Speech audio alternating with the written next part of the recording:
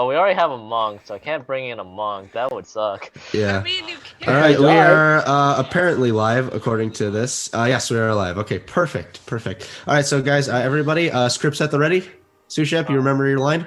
More or less. Okay. All right. Good. Good. My monk, monk has 11 HP. Don't worry, Luke. All right. Go to Well, hell. hello everybody. Welcome to episode 47 of Fall as They May. We hope you all had a wonderful holiday. I know we did. Rick just recently got his gift, Funko Lock. I made a custom Funko Pop of a lot. It took a while. I bet it did, especially if you're the one who did. Did you do it or did you have the company do it and you're just taking credit for it? No, I did it. Look at that Funko Lock. I totally did it. On my So own. anyway, all right. So anyway, last we left off, favored few having finished up their business in Linares and exiting the city, were deciding whether to start heading towards Nightshan or to confront the creature known as a Cybrex who had taken residence near Lunaris. Valak, deciding to make the decision for the party, rode off valiantly towards the Cybrex, ready to slay whatever creature was there. The party decided at that point, well, reverse psychology ain't working, and he's actually going to die. So let's go help him. And rode off after him to assist. Upon arriving, the fight was going pretty well until Ezreal was unfortunately hit by a poison that the Cybrex was able to use. That slowly began to warp her form into some sort of abyssal creature. During the fight, however, one individual, a small halfling, male halfling, popped out from the bushes and assisted the favored few in their fight. After which, after some panic and a lot of greater restorations, eventually remembering the elixir of health that they had, Ezreal downed it quickly, managing to stop the transformation. The individual then introduced himself as Nathan, saying that an associate of his had sent him to assist you in any way that he could. The party nodded, accepting their new companion. And over the course of the next 5 or 6 days, made their way to the city of Nightshan, where, upon arriving at its outskirts, saw that a caravan had recently been delivered.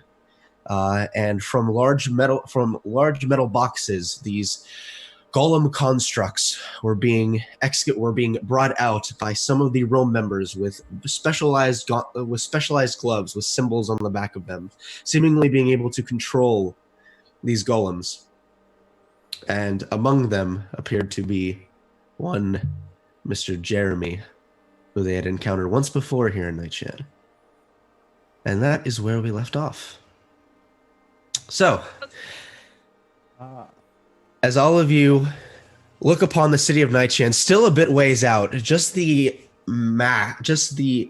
enormousness of these constructs is enough to just strike a moment of fear into you, as it's not just a couple. You see about 8 in total that are all being moved out of these boxes and seemingly lined up and inspected. The individuals who have the symbol on the back of their gloves are seemingly instructing them to demonstrate their things. You see one of them goes over to a small set of rocks that have been set up. One enormous one picks it up and just hucks it out of the town and lands just outside the city walls. Or lands just outside the town walls. Throwing shit now, huh? You see another one is kind of going through with a piece of parchment and is kind of making notes on some of them, almost making sure that they are to some sort of specification. At which point, you also see just faintly outside the outer city wall near the docks, another caravan comes around with a slightly larger box. At which point, you see a number of the Rome members begin moving over to there, while the ones that are currently controlling the golems begin instructing them, and they disappear behind some of the buildings. You gotta get those gloves. Is it possible to... I mean, I imagine there must be gawkers, onlookers Oh yeah, is there's a unusual. number of individuals who are looking on. You guys are about maybe 10-ish minutes outside of Nightshan. Is it possible to get? No, I'm not going anywhere near like the front of whatever crowd or gawkers might be there, but just sort of to poke around and basically try a perception check or something on some of the symbols being used. Yeah, make me an Arcana check. Right. I'd say you have a pretty high passive perception, so I'd say go ahead and just give me an Arcana check. Okay, that's fair. 25. 25. So a lot of these, so from what you can tell, you can't see the symbols too clearly, but from what you can tell and how the movements and everything, this is it's essentially just some sort of some control device that is specifically attuned to these golems that is allowing these members to give them instructions and move them in certain ways. Okay. Does it seem that like each glove pertains to like one golem, or does like one glove control like multiple golems? Make an intelligence roll. Straight intelligence. Okay. 23. It's very clear that each person is controlling one specific golem. So this definitely seems to be an individualized sort of thing. Okay. And as a matter of fact, because you both rolled so high, you've read about things like these before, constructs of this kind of nature that are intended to protect their users, and even have a special property that, once bound to a user, can even start absorbing damage for that person. Oh fuck. Ooh, I would like to have one of those as a pet. But you also know that typically golems of this sort of thing don't come with that kind of symbol. It's usually some sort of necklace or pendant that's used to control it. This is something different. Okay. I'll do the Gawker, hayseed Gawker sort of thing for like a minute or two, so it doesn't seem out of place, All right. and then we'll run back to the group, head back to the Yeah. I assume all of you have been moving during this time while you're watching, so you guys are just getting into, essentially, you're just moving into the area of Nightshan. You see a few individuals that are kind of trying to look a bit down the road where another caravan had pulled up. From your perspective, and with some of you having the high passive perception that you do, you see that Jeremy is currently in the process of speaking with a few people, and you see he has now acquired one of those gloves as well. This one, a bit different. It has a bit of brass inlay that runs up the fingers. The back of it seems to be much bulkier than the others. And as you're kind of glancing past, you see a construct larger than the other constructs, brass in make, just this big hulking form with its arms forward. Now, question. Since I'm assuming that the information that you've given to both them, that's been relayed to every one of us. I presume as much. I would also be giving that. Yeah. So it'll be safe to assume that because there is now a golem attached to this person, that golem can also take damage, despite the fact that we can hit him. Make an Arcana roll. God damn Knack it. X. Fucking hate you. 6 plus 6, so 12. This thing is a giant fucking thing that anyone else can make an Arcana check if you want to. I'll make one. But again, this is why I said, So Knack X is panicking over the fact that he now has a giant golem that is capable of absorbing damage for him. He gets a mech before we get a mech. That's not... Comes with the territory, man. Don't you know the bad guys always get the cool stuff? No, the reason why they're getting mechs now is because Sprinkle's on their side because she let out... Rudy. That's why they have it. So I can't quite find the picture. I'm trying to find the picture of it right now. But with a 23 Arcana, this is not the same thing. It's extremely dangerous, but it is not a construct that is capable of absorbing damage. This construct specifically, from what you had read before, Ophelia, is a specialized construct that was made in during previous wars as essentially a cleanup unit. It has a property about it that whenever it is able to pick up to take a corpse or kill a creature, it itself gains a sort of benefit from it. So it's almost like a cleanup unit, basically. So, in other words, even if we kill the goons, it's going to be able to clean up the goons, and it'll make the battle harder for us too. So, again, I'm not happy with any of the information I'm getting here. So this is fantastic. After a while of kind of watching and observing, you notice that all the constructs, as well as Jeremy, just disappear and make their way off the streets. If you guys would like to trail them, you may. I'm trying to find it, and I can't find it, and I'm getting a little annoyed. I'm not a very stealthy individual. I am. I can be, but I'll follow your lead in this, and I do not know. Out of character, I don't like unless you tell me about Jeremy. I have no idea that he's important to you beyond just being a leader here. It doesn't seem to relate to what I need to do, but my goal locally is to assist you. So This guy has another piece of the artifact. We need to take him down. But if he's being covered by this many, There it big is. things, this isn't good. Yeah. I'm not terrible at hiding. It's not a matter of hiding. It's a matter of making sure that we get that Okay, I found artifact it. if we can. I found it. It looks like that. Oh, that's so pretty. Spicy. It looks. Does that look extremely weird? Or Huh? Looked angry. it looked like a fucking samurai robot thing. Can I show? Yeah, can I show it to you again? Yeah. Yeah, I'm trying to. It's hard to kind of cover everything. Yeah, So yeah. I'm trying to. Yeah. Arctic gun. Oh, it's just so pretty. Oh, it's like. It looks kind of like a bug.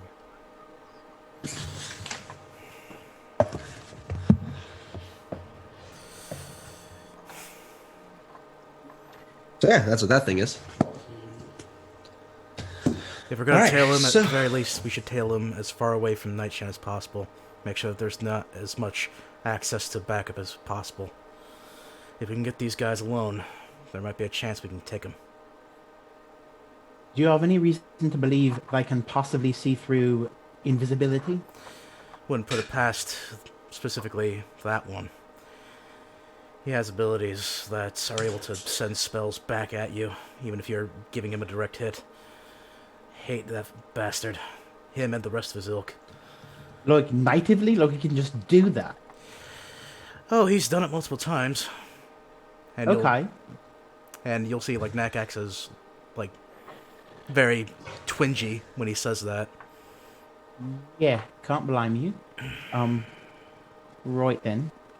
If needed, I can make up to 4 people, 3 people, invisible at a time. 4 people. Ophelia should be able to make the rest. But because I just like to imagine Nathan just going back and forth in his mind, just like 3, 4, 3, 4, 3. I don't know. It's been a while. Well, if we're going invisible, we can't go invisible on top of these horses, can we? Yeah, you guys are still on horseback, by the way. No, but so surely it is not unusual for people to transport with a remuda, with a set of horses that you would use as backup. You could have someone in the lead visible, someone at the very tail end visible, everyone in the middle not, and just have them linked together with ropes. I think you would be the best option for that. We may have a reputation here. I have a way of hiding my face. You're hiding your face? I can. Okay. It's just a matter of whether or not the group will agree. What specifically did you guys do here that caused the reputation? It's so long. It was my fucking fault. I tried to see if I couldn't stir up some trouble between Rome and the Brotherhood, and it resulted in us getting exposed, and a member of the Empire being exposed. I don't want to talk about it. That's But- fair. Let's not. But if you are going to do this invisibility plan, I would like to be at the head. At the very least, I know how to talk, and at least fake my way through many things. And you have local knowledge, whereas I think it has been 4 or more decades since I've been anywhere near Nightshan. It's been a long time, and that was studying Lupin variants in the foothills. That was not anything like, in the city proper. You say local knowledge, but most of my life has been in Calren, and Calren doesn't exist anymore. It doesn't. Regardless, I know how to fake my way through a lot of things. Yeah, but you'd be a very good face for this. I probably would not be able to disguise. I cannot. I don't know this place. Alright, do what you need to do, tie the horses, and I'll be at the lead. Okay. So the rest of you are going invisible then? Sure. Yeah, sure. Yeah, so like I could be at the back end or something on the last horse, and then you up front. Yeah, so am I casting invisibility, or are you casting it? Rick, can you lean forward real quick? Like towards the camera? I just noticed like you've got like the full on like pilgrim beard going. It's awesome. Yeah. You're muted, by the way. I can't hear you. Yeah, Yeah, I changed it up. I had a full beard. I'm like, yeah, let's change it. I like it. I like the pilgrim beard. It's great. Do you want me to cast invisibility, or should you cast invisibility? I think I'm pretty comfortable casting invisibility. Okay, okay. So that'd be 4 people. So We need once, 5 if Nakax is gonna face. Once they are ready, I will be casting that. All right. I assume you guys are doing this outside of the city limits, not in the city limits. Oh yeah, we're not. We're talking about this entire plan. Yeah, I figured you guys are not in the city checking this out. Not going into the city and then talking about terrible things. Overthrowing the city. But once they're invisible, I'll say what I look like, and then we'll carry on from there. Okay. If we can. So, okay. Well, okay. I was told to be forthright. Uh-huh. Well, told to be forthright. If I cast it, it will be at 5th level. I cannot not cast it at 5th level. If you have a more efficient way to get the people who want to be invisible, then perhaps you should be the one who casts it. How about another idea? What if you cast if we split up the casting?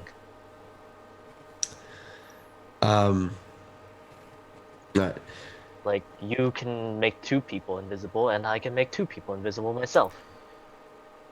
No, I mean, if I cast invisibility, then it will be one casting at 5th level. Mhm. However many people go invisible is how many people go invisible, but splitting it up is not efficient. You cast a spell for no reason. Yeah.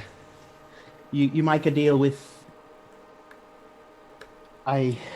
Like, one of us can cast it at 3rd, and the other one can cast it at 3rd. So Make an intelligence. He's saying that he can only cast at the 5th level, and he can't cast at any other level. Ophelia, make an intelligence roll. You're good at these. Wait, That's a save. Wait, that save. Yeah. 17. Yeah, you're smart enough to understand that he's saying he physically cannot cast spells lower than the 5th circle of magic. Oh. Well then. When you are borrowing powers from an angel, you do not get as much to set the level of power you get. You just sort of say, yes, thank you, and you go with it. That sounds very inconvenient. It really is, I can only cast so much at the lowest level possible. You'd think that these gods that we worship would just give us limited power, but I guess we can't have everything here. Unlimited power. Look, we worship you. Just give us your power. Yeah, just give us the 9th level spell already. I have worshipped you for a whole 10 minutes now. Where is my magic? Where's my wish spell? I want my wish spell. All right, back on topic. Fuck you, clerics don't get a wish spell. How are they get like a chance, like 10% chance of wish, whatever. They get a 10% chance to have a god come down and say, "Hi, I'm a god. Nice to meet you." Anyway, back on topic. So, who's casting invisibility? I could get all of us together if I did. So, Okay. You so can cast, so that'd be 1, 2, 3. So that'd be 6 of you going invisible. How at 5th level, you can get how many people invisible? 1, 2, Uh, 3, so- 4, 5. That'd be 5. Oh, 5, sorry. Unless you're talking about adding no, at Bosco on top of that. Oh, yeah, Baby Bosco also needs to go invisible. at 5th level, I could turn 4 people invisible or 3 people plus Bosco. Actually, I you know mean- what? I'll make this a little easier. Go make an animal handling check real quick. Oh boy. That is 25. 25. Bosco will allow himself to be held in such a way that he could technically be considered being warned. Hello. So he will go invisible once you are Wait. invisible. A He can, get, Bosco, he can get in the bag. Yeah. So the bag's invisible then. Yeah, so he it's will cool. allow himself to be warned. So you do not have to use an invisibility slot on Bosco. you mean to tell me you don't want to have a Bosco neck wrap? He is the size of a regular sized dog. You think I care? That'd be funny. Just go invisible with a Bosco neck wrap. That would be marvelous, though, because frankly, that was how we found you. There are many people traveling by horse. There are many fewer people traveling by horse with an incredibly rare creature dogging along their side. Alright, so cool. Still, that's 4 people, and that means there'd only be 1 person doing invisibility for the 1 person. Me out in the open. Just because this would be interesting. Nathan, roll a nature check really quick. Okay. That wasn't at 20, so... Okay. 33. All right. I'm gonna be messaging you on Discord. The rest of you continue. I was assuming you in the front, everyone else invisible who needed to be, and then I could be on the last horse, or I could be invisible, that would work too. If that's how you feel, then sure. That's fine by me. I do not have a reputation here. This name is not known here. Well, what do you want to go by a different name, or? No, this is the name I'm choosing for going outside my usual route. It has no link to what I've done back home. And that would be...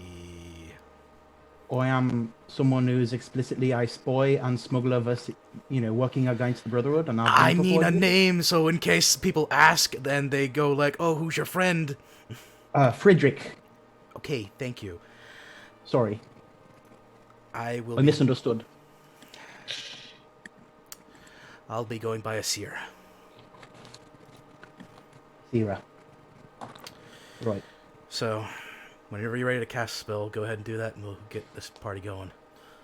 Okay. So I'll fairly quickly gather people together so it's close enough I can touch them all more or less like in the same round and just Gotcha. If we get a hold of these gloves, is there any telling whether or not we can control them? We'll worry about that when we get there. You're muted. Sorry. Not you, Rick. Oh, okay. I saw Rick was talking and didn't see him unmute. I have a feeling it might be a lot easier for us to use the small ones to break the big one. And this is only because you nat 20 that you got all that sushi up. So where are we supposed to stay, like, once we infiltrated Nightshan? Considering most of us here are, wanted. Where you stay invisible, we corner these guys, and make sure that they don't get any backup, and we fucking take them down. That's the plan. I said this. No recon. And you can feel free to do that with that information what you like. No recon, just doing this all in one day. If we leave this up to recon, they might get more of those big fucking things, and you think we'll have a chance?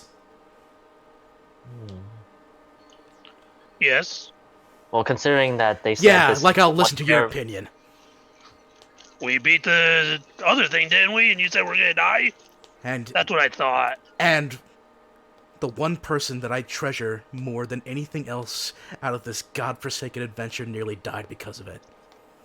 So if you think I'm going to listen to your opinion, it's not going to be anytime soon. Can we stop? We Get have a job over to it, do. kid. We'll deal with this later. I don't think rushing in would be the best idea. My understanding is that the goal is to get closer, be able to see more, and learn more about where he is going with those caravans of things. Yes. Getting information. Yes. Okay, so you all get your invisibility up, begin making your way into the city of Nightshan. Nakax, I'm assuming you're... I have done Yeah. alter self. I was going to say it's the same thing that happened in the town. Middle-aged human, still in my tuxedo uniform. So Okay. we're going to be Okay. And that was Asvira, right? a seer. Asir. Let's see it. So you guys make your way into the city. I would like everybody who is invisible, please roll me a stealth roll at advantage. Okay, never mind.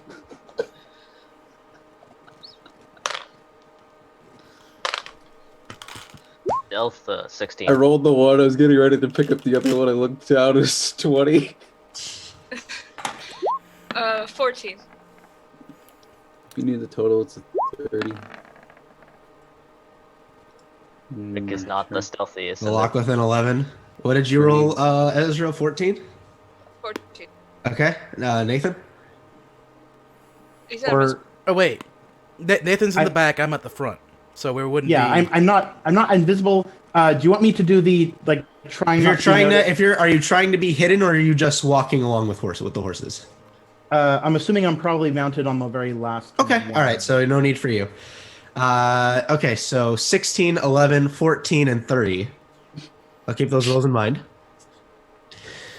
So as you guys begin making your way in, you see a few people are in the process of kind of talking over what just happened. The town itself, Nathan, as this is the first time in a long time you've been here, is a wreck. There are ramshackle buildings and houses as you make your way across. A lot of the people definitely look like they are on lesser means of living. You can see that there are a few establishments that are still managing to keep themselves in business somehow. But for the most part, the city is a shell of what any city should be. You can see that in the middle, there is a man who is currently in the process of trying to sell these fish that look like they've gone a bit rotten.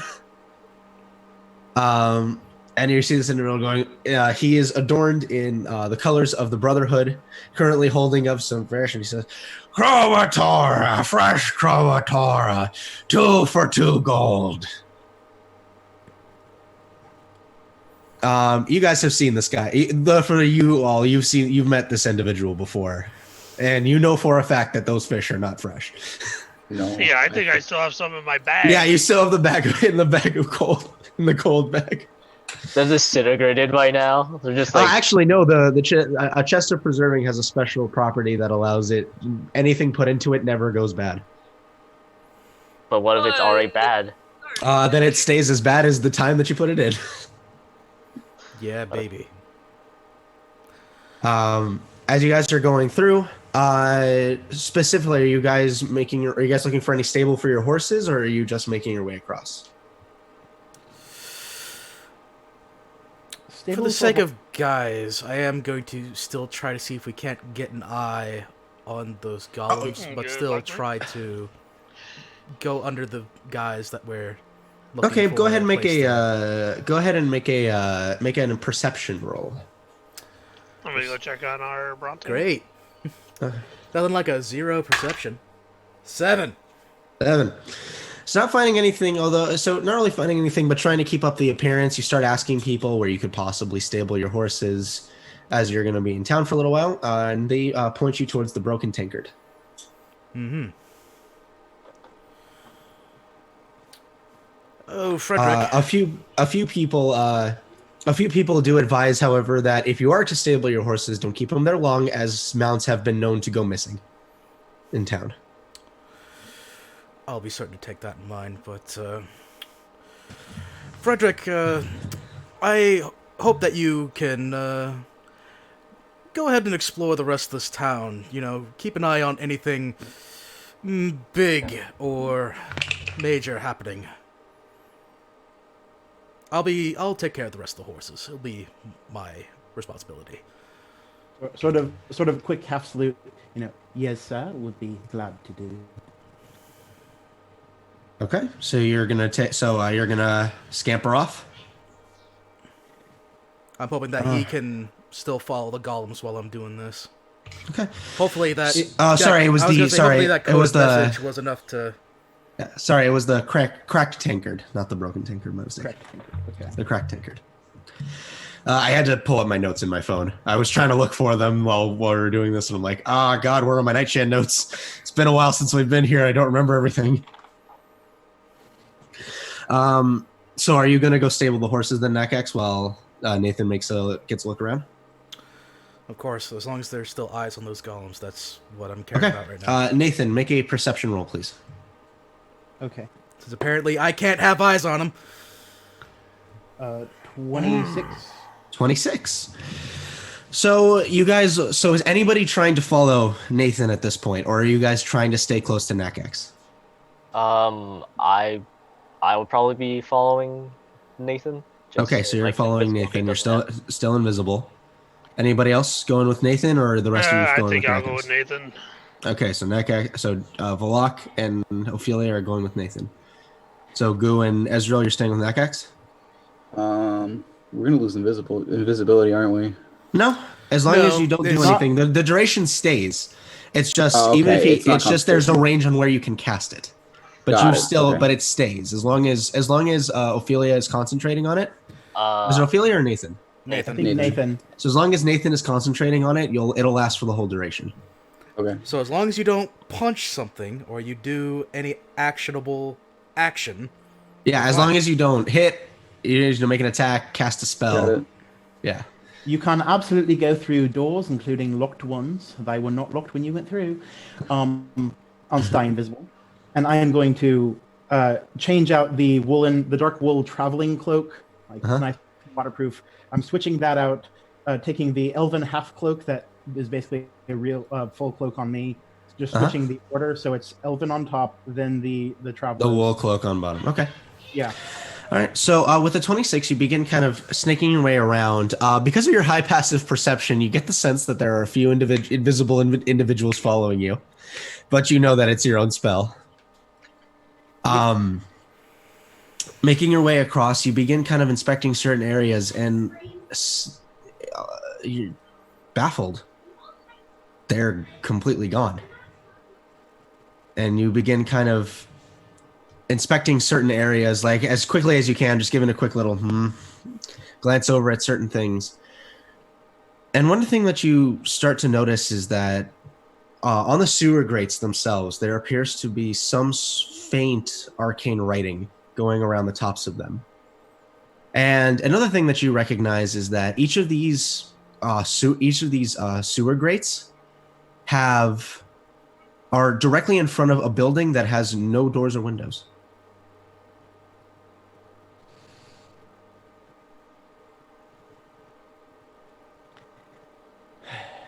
That's how you get in there.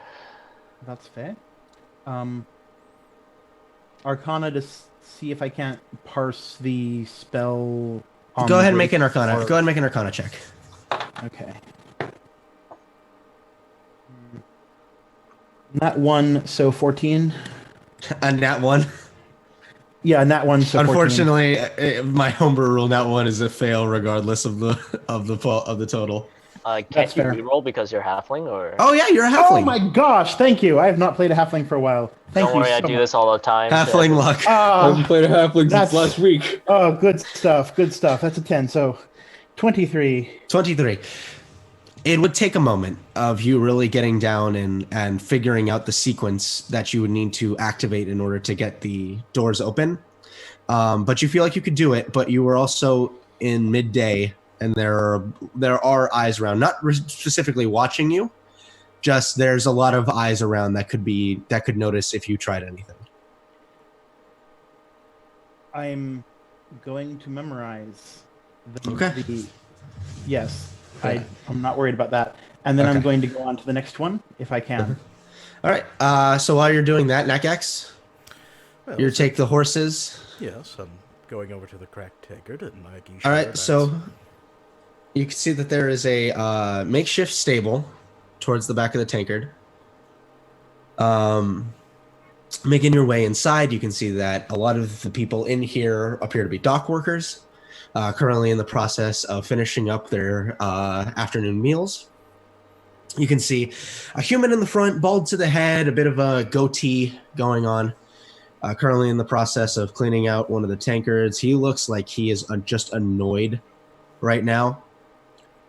And before you approach, you notice his eyes kind of drift over to the corner, where as you kind of glance over, you see that there's a few individuals who are in the process of taking a set of small knives out and beginning to kind of mess with the table. And he just full arc hucks a cup at one of them, smashing it into one of their heads. The guy, and he goes, "You do that again, and the tanker's going to be the last thing you got to worry about. You understand me?"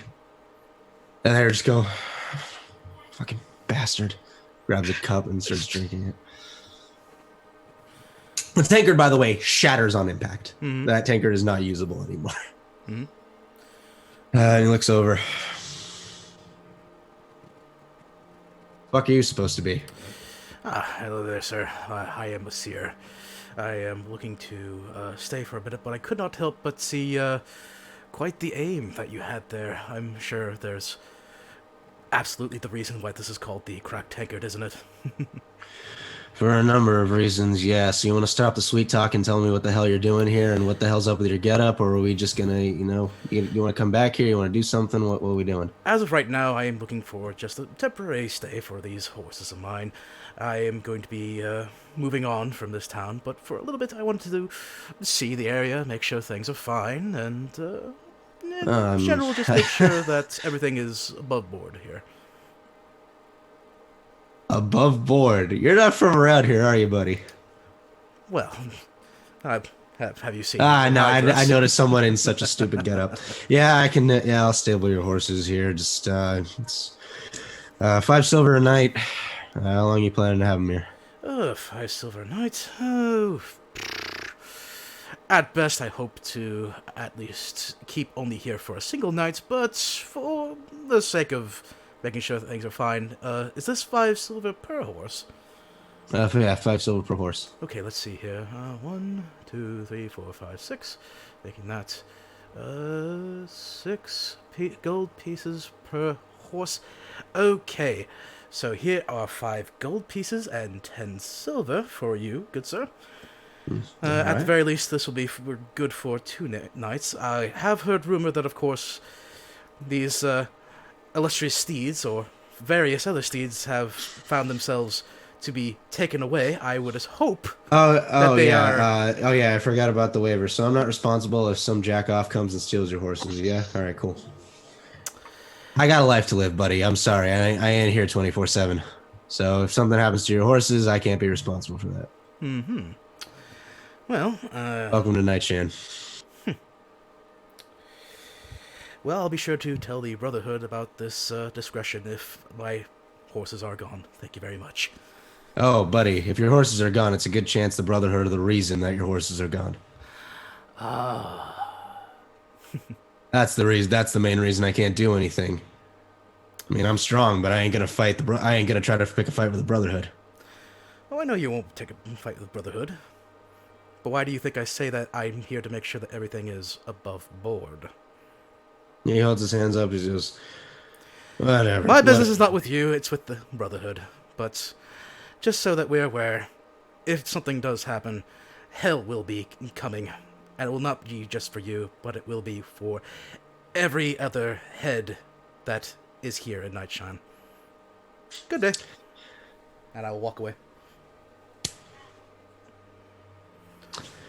Fancy man in the costume thinks he's gonna kick my ass. That's adorable. I enjoy this guy. Yeah, yeah. Gallus is a very terse individual. Anyway, so you make your way out. The rest of you, by the way, were, I'm assuming, witnessing this conversation. Sure. You guys go ahead and make your way out.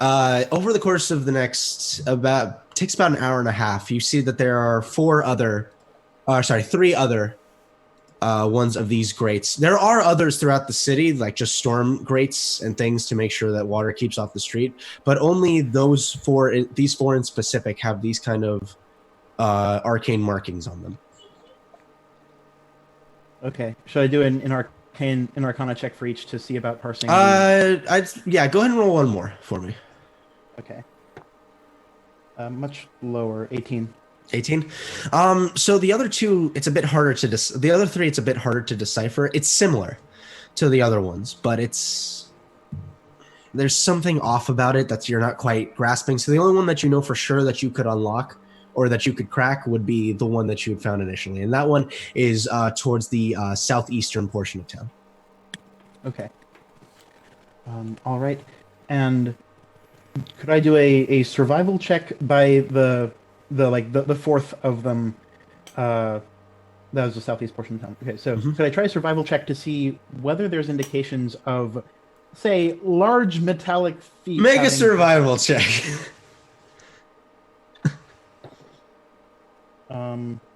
Okay. 11 on the die, so 23. 23, 100%. There are small divots in some areas in the cracked streets where you get the sense that these constructs may have been moving about the city, and because of the art, and you get the sense they are moving into these buildings. Yeah. Okay. Bless you. Could I do a circuit of basically the road on, like, assuming that these make sort of a large square? I realize if they're not going to be an actual square, but could I do a pass on the road in front of the building and then on the road in back of the building to get just a sense of traffic nearby? Yeah, you go ahead and you start doing your patrol. In the southeastern part of town, you're pretty close to the dock at this point. From how close you are. So you do notice that there is a bit of heavy foot traffic, probably because, especially at this time of day, there are dock hands who are in the process of fixing up boats, cleaning up the dock, taking up the dock itself, going about making repairs. And as you're kind of making your way through, you're kind of carefully looking up. And as you turn your head, you come face to face with a scraggly-looking gnomish individual. Kind of extremely frazzled hair. One of the eyes are a bit sunken in. His clothes are a bit tattered and raggedy. You see, he currently kind of has his hands in front of him, like excitedly jittering. He says, "Hi there. Good day to you, good sir. Are you looking to make any purchases today? I couldn't help but notice you were just walking right away to invite you into my shop. It's been a while since I've seen a halfling around here." Oh yes. Well, I mean, you have to travel sometimes. You just can't get really good wool dye nowadays. All the supply lines. I mean, you know how it is. You have to have the military go through first. And yeah, of course. Well, please come with me, my friend. We don't suppose you sell a loom and mordant or good fibers for hand knitting. Let's see what I have for you, my friend. Come with me, and he will lead you into a place called the Shifting Lodge. And he. As he leads you inside, he was saying, "By the way, my friend, I do apologize for not introducing myself. My name is Drost Foulbow, and I can assure you I serve only the best wares in Nightshan, I assure you." He goes about kind of showing you, you said you were specifically looking for things for tailoring? For dyeing and crafting of fibers, like dyeing of wool or natural things. It's the give him too much information shotgun approach. Okay. So you notice as he kind of begins going through, you notice he does actually have a few dice on hand. Oh, those look fantastic. Nice to meet you also, Drost Foulbow. Foulbow, yeah, sure. Foulbow. Right, I'm Frederick Rostromegalus. Frederick. And as he grabs your hand, it is slimy. This guy he's lived on the docks, and he's probably seen more than his fair share of rotten fish. It is an unpleasant handshake. I remember. Isn't this the place where Veloc's not allowed in the magic shop? No. That's in what was that Harana? Harana. That's in Harana. This is Greasy Fucker that wanted to get into Esriel's pants. No. That's another one, I think, right? Yeah, Drost was the creeper who tried to go on a date with Ezreal. Oh, thought it was someone else. Yeah. He's also the dude that Nakax kind of, sort of scammed a book that did not work. And as he's saying, he starts going through certain things, kind of grabbing some stuff, and you see he does have a little bit of tailoring supplies on him, some dyes, some threads. Very simple, but serviceable.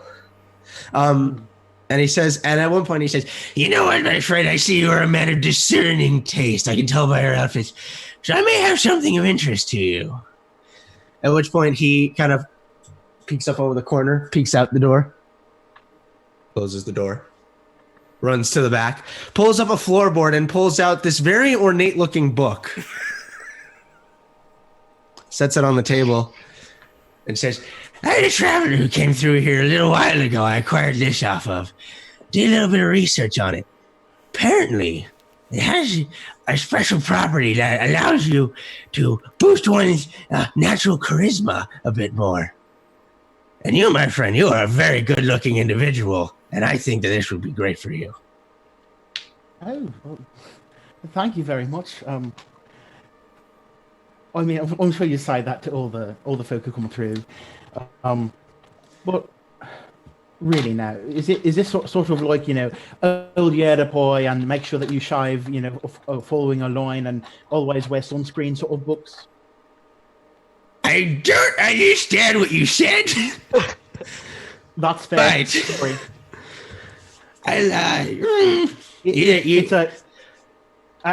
Could I insight him to see whether he actually does believe that it is? Make an insight check. Okay, nat 27. 27? I mean, he's telling you the truth about what this book's properties are. Wow. What so? Honestly, I'm a simple man with limited funds, unfortunately. I could definitely pay you for the doys and all that, but what sort of things could I do a favor for you to acquire this? Okay, not really in the market for favors, unfortunately. I can't really shop myself, and he thinks for a second, kind of starts stroking his long, scraggly beard. How much would it go for? If we were talking just... Well, something like this.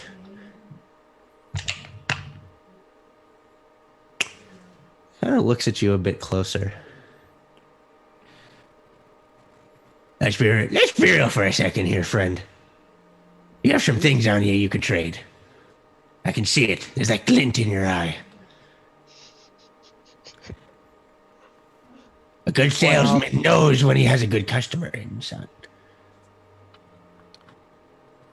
I have a few things that were, unfortunately, rather dearly acquired. Oh, now, well, just think about it. You dearly acquired those. Now you can dearly acquire this. Come on, it's a long-term investment, friend.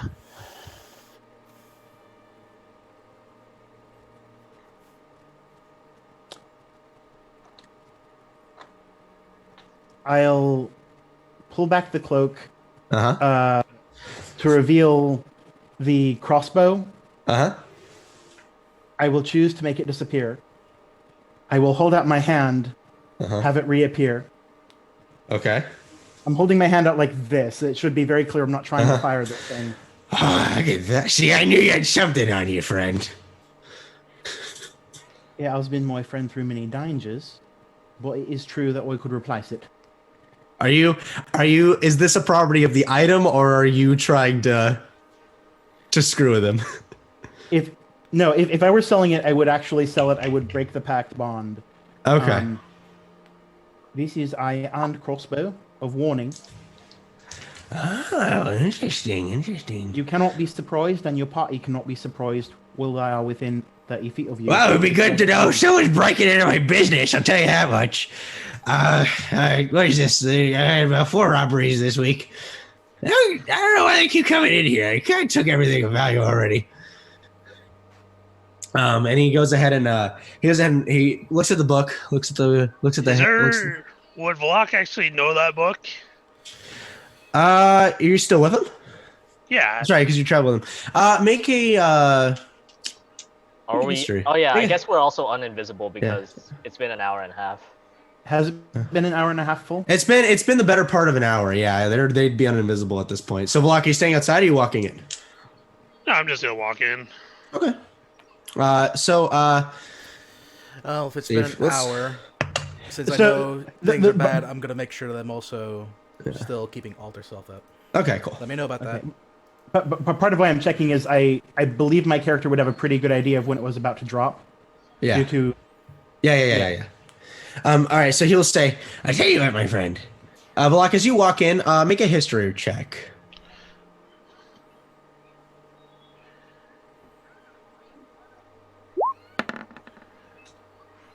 $11. You vaguely recall Nakax being in possession of one of those books for a while.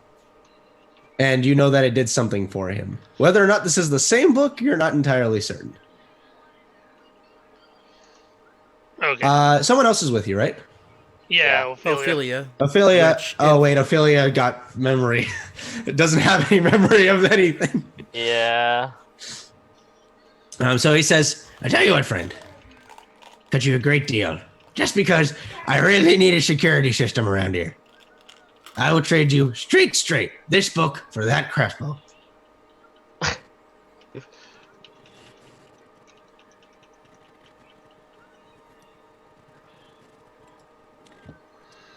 I believe I'll have to. You are sure that fivers and such traded, simply knowing, for example, the people who are breaking into the shop would not be sufficient? I think it'd be just enough. I used to live upstairs, so if I had a thing that tells me that someone's breaking into my establishment, I can go down and kill them.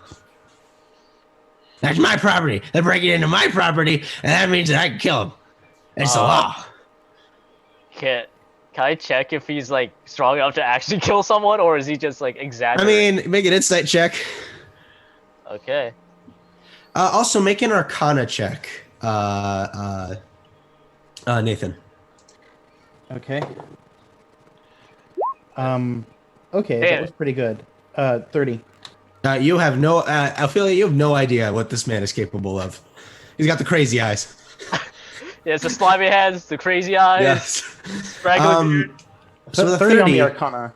so with a 30, you know what this is. You know exactly what this book is. It's a tome of So- leadership. Do I know that I should be asking whether it's been used anytime recently? You probably should be asking that. Okay, so Drost, how Yes. recently has someone else used this book? Let me see. The individual came in here about 4 or 5 weeks ago. No, longer. Oh, it's been a while, hasn't it? Well, when I acquired it from him, he said that it would be opening within a few weeks. I mean, it was this Dragonborn individual. I ain't seen him in a couple months. But, I mean, he sold it to me. He seemed trustworthy. Okay, Joe, with me and that was hearing months that, ago. would that re-jog my memory? Yes, at that point, you start to realize, yes, this is the same book that Nakax sold to this guy. I am gonna go up to Nathan and just go up to him and be like, "You don't want it." Make a stealth roll. He's not visible. No, make a stealth to see how quietly he can whisper into the ear. Yeah, right. You don't want it. You really don't want. you skedaddle. This is my customer. I'll deal with you in a second. Okay, I'll just stand right here. Fine, shut your face. Unless you want to buy it. Kind of looks up at you happy. I know about that book.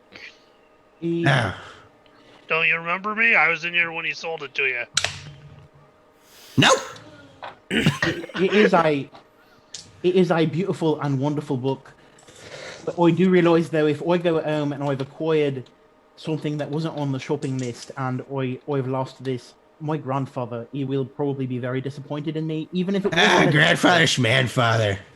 I know. Yeah, you gotta. But you have to deal with the family obligations. It is You're something one of those halflings. It's all about family. It's, Why else would you do the things you do? Hey, look, I ran this business from the ground up. My father killed my mother, and then he hung himself. Family's bullshit. Because he's a magic shop guy, right? No, he's a general shop that just happened to have a magic item on hand. Family can Okay, be do you have any healing potions? family can be unusual. I do remember you. You're the healing potion one. No, I don't have any healing potions. The toys though, those look extremely useful. Yes, Could I yes, pick those okay. up? So for all that, we'll say the supplies and the dice together. We'll say 6 gold and 2 silver. Okay. Do you have any paper, ink, pins? I got some, yeah. Let me check real quick, and he'll kind of go over and begin kind of pulling out various pieces. He'll pull out like a thin stack, about 70 pieces of paper. He has about 2 inkwells that he can sell you. Right. And do you have a set of clothing that would fit either a elven or human child of approximately my height, or someone your or my size? That's the local very store? oddly specific. So you noticed right away that I was not local, and you have not taken advantage. Yeah, 1 second. Just he'll look under the counter and he kind of pulls out a set of clothes, puts them on the table. It's very dull grays and blacks. Puts them on the table and says, "Oh, that's a fresh set of clothes I got recently. I was kind of hoping to wear them, but if you're buying." I'm certainly willing to buy. You did not take advantage of me for being an outsider. I appreciate that, but not all merchants are as honest as you. So. Oh, hey, thank you. I'm glad that somebody around here can appreciate when they see a good salesman. One of the best. I'd look to acquire that set then. Thank All you. right, so we'll say all things together for the inkwells, the paper, and the new set of clothing. I believe common clothes is only like a gold piece, so I'll say 9 gold for everything. Okay. And I'll And go he'll into say, and as he sells the clothes, he looks at his own clothes and he says, "Well, reliable. Looks like we're gonna be another 4 months." these are Like I visibly start to gag. literally your newest set of clothing. Yes. It's okay. It's okay. I've worn the same clothes for the last 5 years. Another 4 months ain't gonna hurt. See what I mean about being so honest. Please keep the set of clothing. It is going to be a cold winter all year, so keep those. Oh, excellent. Thank you so much. I'm going to give him the same amount of gold that he would have charged me for the clothing, but he's All right. Okay, awesome. We'll do that. We'll find another way. Thank you so much for your time, though. And that Oh, really thank was- you so much. Well, good pleasure's all mine. If you ever want to come back at this book, you just come right back on down here, okay? Absolutely. Thank you so much. All right, cool. And you see him start prying up floorboards and putting the book back under. And right before you leave, he starts taking off his shirt. But you leave before you see anything you don't want to. I'm not sure. In retrospect, Yeah. in retrospect, actually, could I take the clothing he has on now Instead, he could have the other set. Oh god. Hey, just give me 1 second. He starts undressing. I run out of the fucking place. I am looking pointedly at the wall. It's a very nice wall. So he goes ahead and he removes his clothing. There is an odor. We're all There's a undressing very- in here? Okay. Not you. You don't want to get embarrassed, do you? What a marvelous Yes, wall. you're very intimidating. I feel like looking at you would make me question everything. So please. So he undresses. He still has undergarments on, although they are stained and possibly haven't seen a wash in quite a long time. He puts them on the counter, and you immediately notice that Nathan, having the background that you do, and your history with plants, and your history with different forms of nature, mold shouldn't be growing as prevalently on these things as they are. Nope. What he's saying is these clothes that you acquired are very cultured. And he will go ahead and put on his fresh set of clothes, not removing the undies. And as he puts them on, I mean, they're nice, if a bit muted, and he'll give you his dirty clothes. It's his lucky Super you Smash so Brothers tournament uniform. Dude, he's never heard the true combo of soap into water, water into deodorant. Yeah, you start to realize that there might be some benefits to him living next to the seaside. And this place would probably smell a lot worse if it wasn't for the continuous seaside cross breeze coming through here. Okay. I'm gonna find an excuse. And 1 more gold for the seeing of the magic item. I realise it is a major thing. I hope I could acquire it in the future, but might not be able to.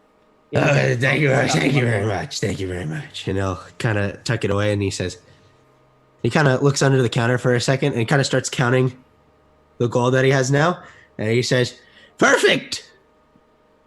I can eat this month." Ooh. I may not have said it before, but I could definitely see this dude and Stan Rashawn being good buddies. Powers, you say? I am going to pull out my bag of holding and pull out 2 rations and give to him. Takes them.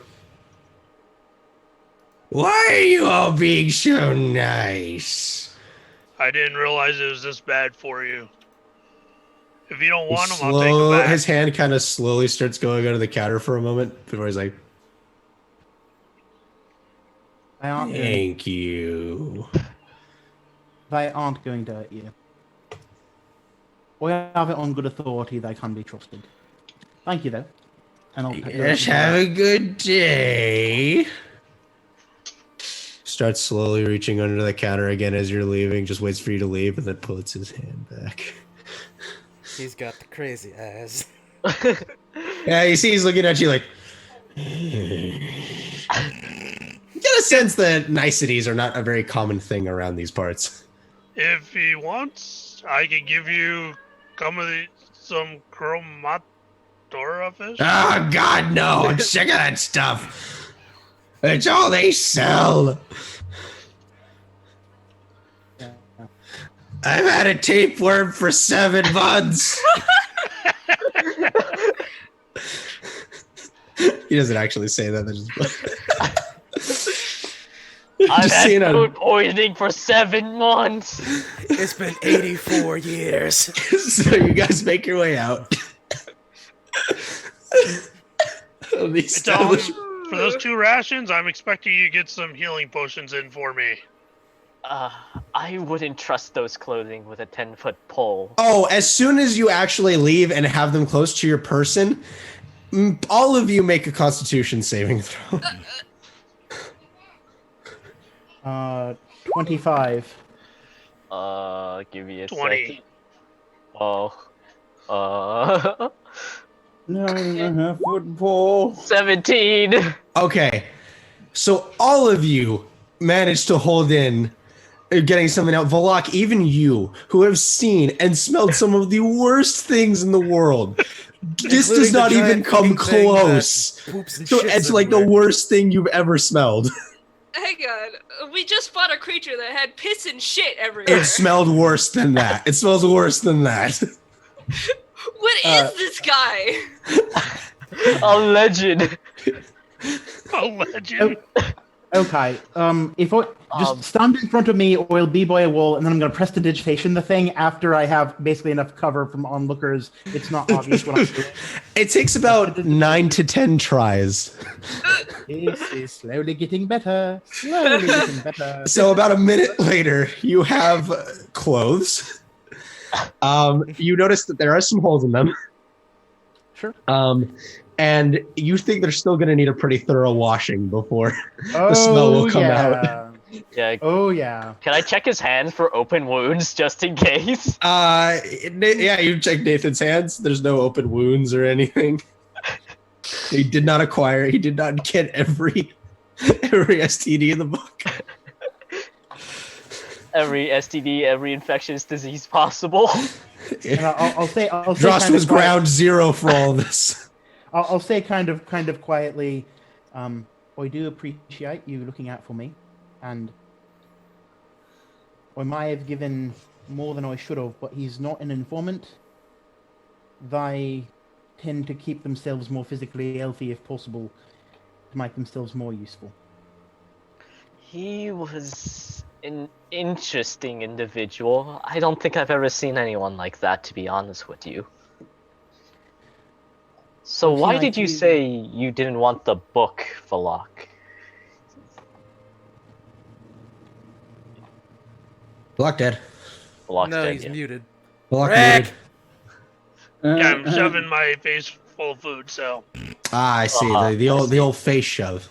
Nice. The face show. So, how far are we away from that shop? You guys are away at this point. Yeah. I tell him because right before that guy obtained it, Nakax used that book. And it's closed for like 100 years or something like that. Yeah, it's closed for the next century. Mm. Well, I'm very glad that you. Which, to be fair, Drost was not lying. He was just, that's what they told him, and Nakax wrote really well on deception. Mhm. It was combo dis. It's No, even, I it's don't even think. better because been a couple of months. He's like, oh, it's only been a few weeks. Like he hasn't checked to see. No, he corrected himself. He's like, yeah, he said, "Not even a few." Well, if he opens it, then it's, the spell activates. Well, would he know? Yeah, he had the, yeah, he checked it. Oh yeah, he checked it. Are you sure about that? Yeah. Yeah. Well, he checked it with a really bad Arcana check. Oh my god. This poor Yes, fucker. you robbed a poor gnome of the only thing he could sell. Well, I that mean, probably like, would have gotten him out of this place. No, in theory, he could still sell it. It's the guy that gets it that he's gonna be pissed. Don't worry about. Coined Alright. in elf. And the gnome is gonna get killed. Yes. Yeah. Dude, he Um, hasn't had a change of clothes in 5 fucking years. Jesus. Man, don't you feel bad about your How life? does that make you feel, Nakax? Nakax ain't here. You guys are Yeah, still no. walking back. All right. So During that entire escapade, if it's Yes, been yes, that go ahead. long, I am going to be asking some good people of this town where I have seen these massive metal monstrous individuals just carried on through. I'm curious, are they being housed somewhere? make an investigation check. Oh yeah, sure. Can't use natural wile and There- charm on this one, can I? I will say 14 this: you plus can 1 either is I will 15. I will say this: you can either keep that roll, or you can make a persuasion roll at disadvantage. 15 on investigation. Okay. So it takes a long time, and you begin to realize that everyone here is tight-lipped. As you begin kind of looking, there's a few people who kind of just point, like, subtly in a direction, like, and it's more like their hands at their side, and they just go. They are trying to be as subtle with their movements as possible. As they're pointing you in different directions, you do manage to see that you do come across some of the sewer grates that you had seen before, and that you'd examined before, that you see have those arcane markings on them. You also That's right. notice that some of the Rome and Brotherhood members are keeping a pretty close eye on the tuxedo-wearing human who has just entered the town. You kind of stand out. Oh, I know. It's Yeah. for a reason. Okay. So you are being watched. Mm-hmm. Interesting. Are Gu and Esriel with me? I watching assume- this or no? I can That's Go good. and Ezreal, what are you two doing? As you would- realize the invisibility has faded. I was gonna say before the invisibility faded, I wanted to like look around and see if there are any watchers. Bless you and bless you again. Thank you. I want a way to cover my face. Okay, so what were you saying, Ezreal, one more time? I wanted to see if there are any wanted posters around. Make an investigation roll. Ooh. I'd say 6. Can I Nothing help? in the way of one. Yeah, go ahead and roll. So roll an advantage, Ezreal. Don't forget about your +4.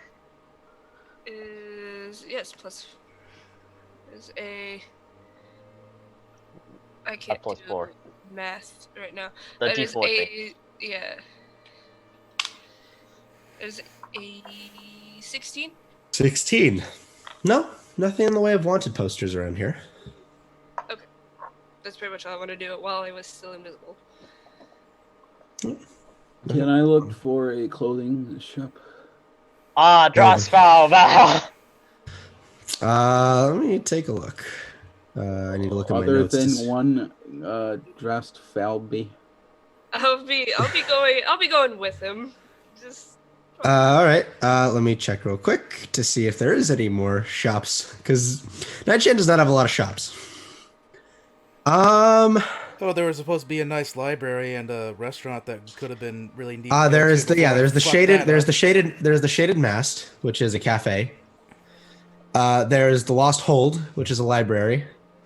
And the only real shop in town is the Shifting Lodge. May I go behind in an alleyway somewhere? Very hidden. Make sure nobody's gonna try and jib me for money because that's a thing. Okay. I'm gonna take the sack of potatoes that I have, empty out the potatoes, and form the sack into a makeshift hood. Okay. Interesting. What kind of tools do you have at your disposal? I have cooking utensils. there's a knife in there. Yep, there would be. I have an herbalism kit. I have a spade to cut things with. I'll say make a fishing kit. I will say make a straight dexterity check without your proficiency. Okay. Don't fail me now. It's what, 14? 14. It's incredibly crude, but you have a hood that contrasts heavily to your outfit. Not worth it. All those potatoes, though. Hates. All those potatoes. Did you just throw them on the ground? I hit him somewhere, so Okay. I was going to question why his potatoes. So let's smell Well, some here's the volume, thing. Here's the thing. If you put them on the ground, you'll start to leave. And right as you're leaving, someone will turn a corner. And then wait for you to leave the alleyway before running over and grabbing all the potatoes. I'm okay with that. I'm gonna stop as soon as I'm turning a corner. You're welcome. You see the guy wide-eyed, holding the potatoes. You say, he goes, and runs off.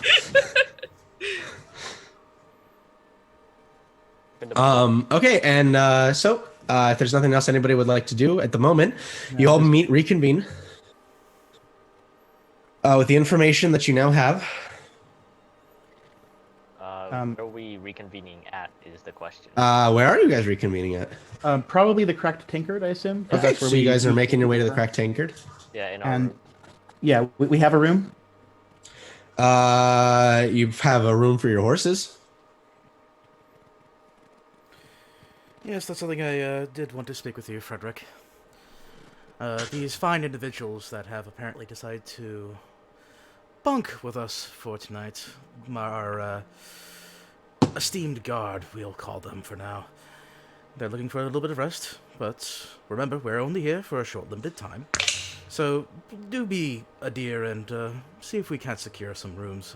I do Call need to high go or ahead low? and check on the horses as well. Yeah, call high or low. Me or him?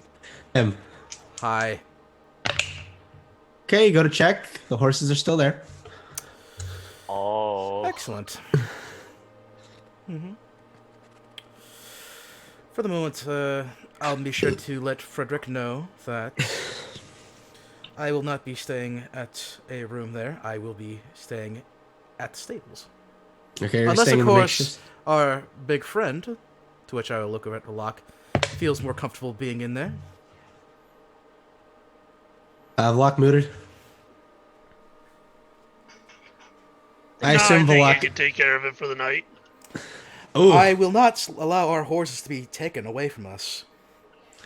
no, he's saying you sleep with them for the night. I do have a slight preference for sleeping outdoors, with the stars are visible, but in a stable would work too. And if I am to pose as more or less a hired servant or apprentice or something, that would certainly fit. But having a room or two so that some of us can sleep indoors and we can draw things. That is useful. Well, I do so hope that I don't degrade you, Frederick. No, of course not, sir. So, are you guys going into the tankard, the cracked tankard, to get rooms? I can't remember what happened last time we were here. I don't think. Valak. I don't.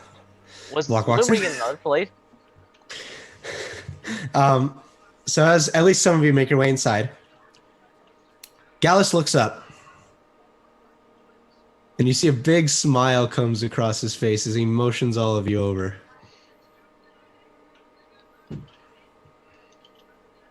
Kind of puts his arms on the table. Says, "Wow. You all are some risky motherfuckers to come back in here, aren't you?" We have Yeah, a job well. to do. There's always a job to do.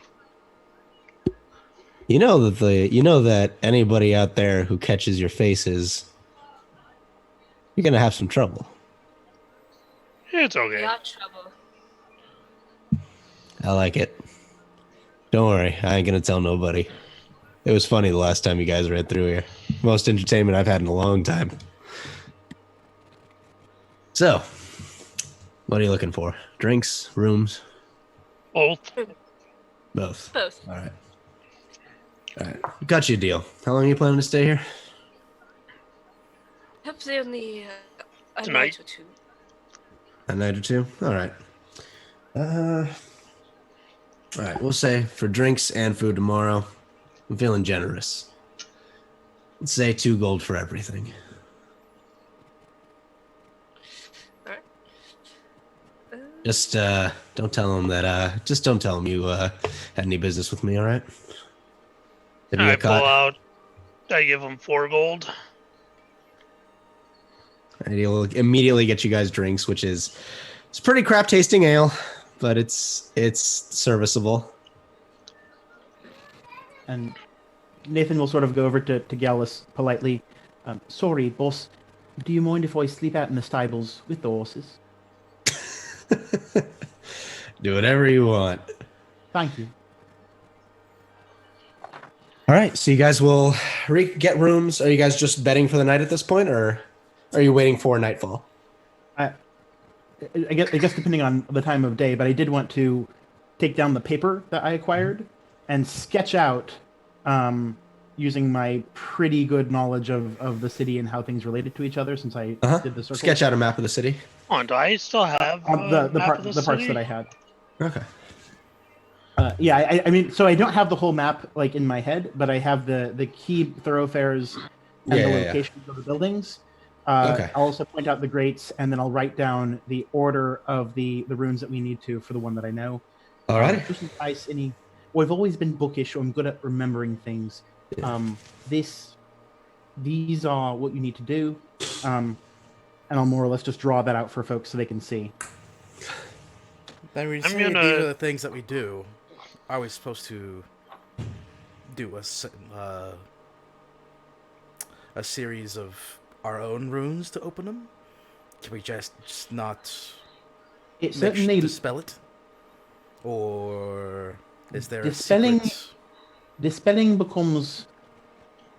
can become obvious if anyone decides to check it with a ability to detect the presence or absence of magic. I do not know how often they are doing this, but if they are a military installation, I cannot trust that the Brotherhood will decide to become incompetent to die. You are right. If there was nothing else that I know, there were eyes on me, specifically. So I'm thinking, if they're so keen and interested in who I am, I think it wouldn't be quite alright for a certain loud and obnoxious Dragonborn to scream in the streets while his friends get into the sewers. That's not an option. It will be an option. I just imagine Nakax just constantly going,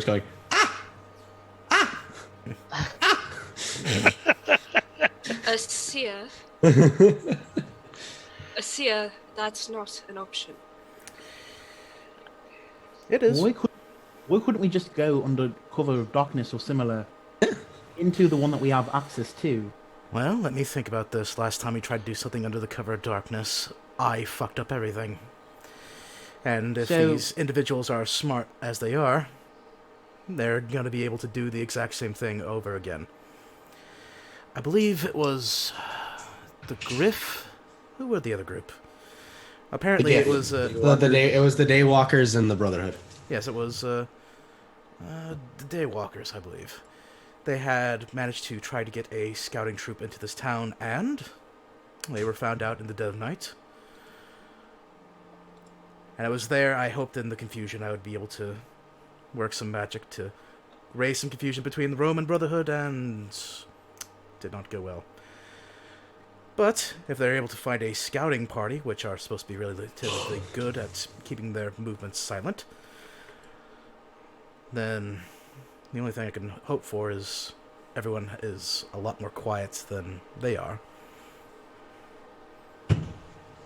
That's why I'm saying it is absolutely an option for one obnoxious Dragonborn that caused this problem in the first place to suddenly crop up, try to raise some havoc with the guard, That and would keep them distracted while everyone else gets in. I can cast darkness, the spell. If it is very dark at night, and it does not seem like a wealthy place, so I can't imagine they have people going around lighting gas lights and setting up fresh torches. We might well be able to just go down the street in under literal cover of darkness. It's not like people are going to be able to see at distance. That it's different from them just not being able to see due to cloud cover or similar.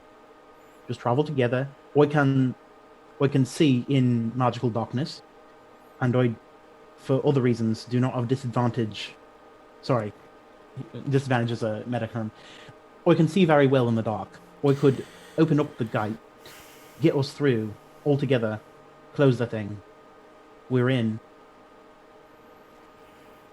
You're suggesting that you go ahead and you cast your spell. We go ahead and daisy chain with each other, because I can assume that not everyone can see through magical darkness. It's true. Daisy chaining is not completely terrible if we can get close enough to only have a straight line or two to travel. Get to the point where we have an ill shape between us and the destination. Just, go forward, go to the side. If you've ever survived a blizzard in a group, that is something you can do. If you're in the outdoors, and I've seen it work. At the mention of blizzard, is there any window in the area we're at? Right now you guys are kind of in the. I assumed you were downstairs talking about this. I was assuming we were inside one of our rooms, so that it was like... Oh, okay, yeah. There's a singular room. There's a singular window, similar to how you've been here before. Minor illusion of closed shades. It hasn't snowed I for want a to- long, long time. Why, I've been a naturalist for more than 4 decades before the blight. I've seen a lot. Well, the only reason I know that is because this is the season that white dragons would fly. Haven't even seen any scale of them either. That reminds me, and I'll look directly at Goo. Oh, Goose left. Goose walked away. Nuts! Goose walked away. Well, Da da da da da da da da da da da. Filler content, filler That's- content, filler content. Pellet content. Oh Yeah, yeah. I'll wait for him to return. Look at all this great content.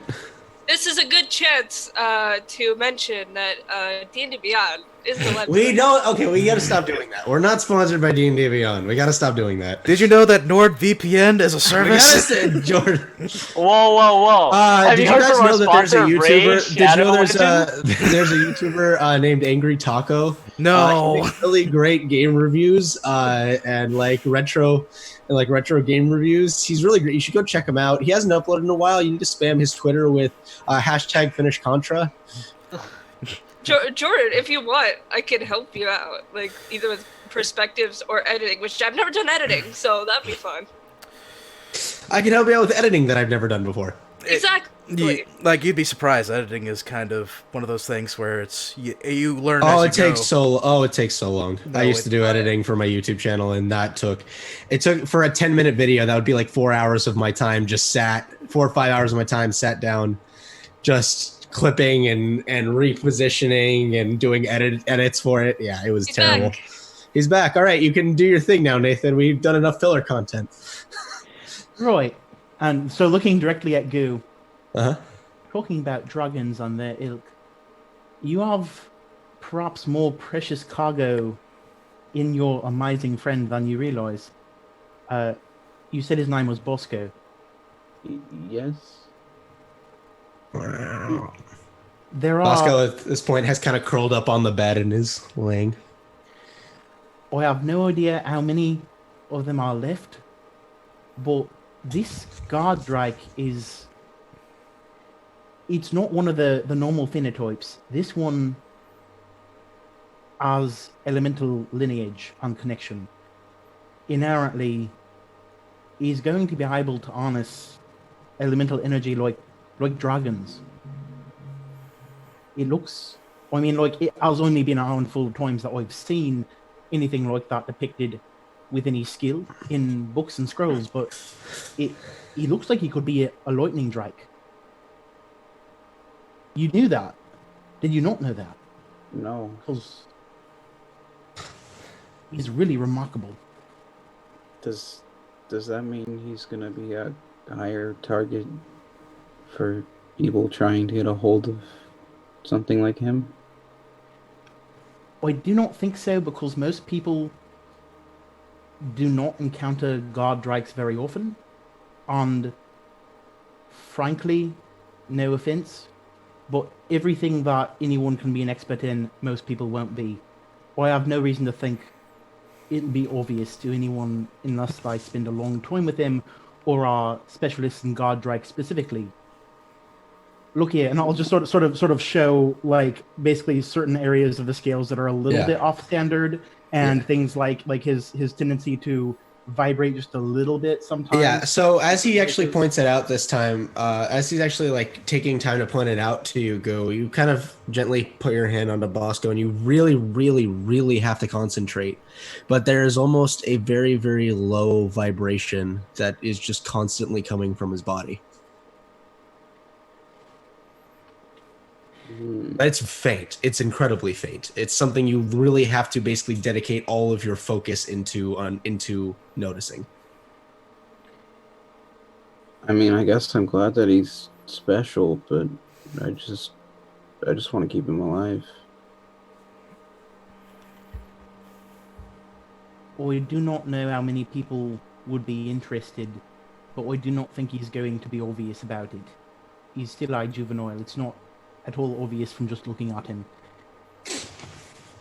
And frankly, of the people who would be able to notice, my experience with naturalists and zoologists and all that is that 8 out of 10 of them are going to be approximately of the if anyone hurts this person, hurts Bosco, they will kill that person. Or at least lie hands on them. You do not mess with our naturalists' speciality. I'm familiar, at least with the mentality.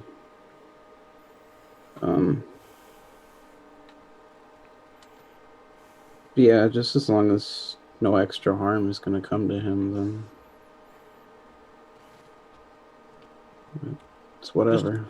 I think to be aware of, if he starts like sneezing sparks out or something, just be aware. Getting back Maybe. Sorry to interrupt, but getting back on track. Yeah. So far, we only have 2 plans. Anyone else have any other ideas? Any suggestions? Oh, if we want to cause a distraction, I think I have just the thing. And I start pulling out the dynamite.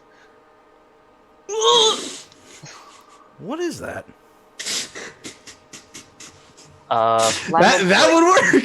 It's a very dangerous explosive. We have to make sure we don't do it around any Oh no.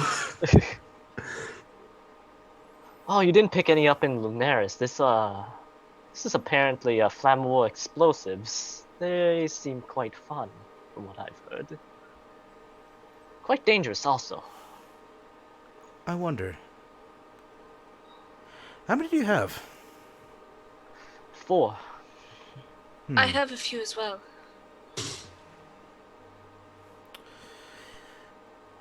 Two. That makes 6. How big would you classify these objects, DM? They fit in your hand. They're pretty. No, I'm talking in levels of tiny, small, medium, large. What are we talking? Tiny. So we're talking. Yes, you could animate object on dynamite. Oh God, why did I give you guys dynamite? You fucked up. Wow, this is great. This is great. This is great. I didn't even think about that. Oh, so happy. Oh my God. Okay, this is. Oh God. So we're making it back to. I want to point out, lighting the dynamite and casting animate objects, the dynamite still only has a round before it explodes. Oh no, Well, it just needs to get over there. Then we if you animate fireball it. objects and it's unlit, you can still move it. It would just have to, light it a different way. Like, I don't know, let's just say a fireball. Oh God, why'd I give you guys dynamite? But This is gonna be great. How to say, like, falling back, Nakax just... Okay. I have a few ideas. If we had a lot more of that, that'd be... No. They take out 10. Don't you guys have 10 sticks of dynamite? We have 6, I think. Oh, you have 6 sticks of dynamite. Yeah. But if it's a distraction, like, I can certainly do that. But, I'm more curious how exactly that's going to work out, though. Because if I start blowing up this town, there is no turning back at all. Can I make a suggestion?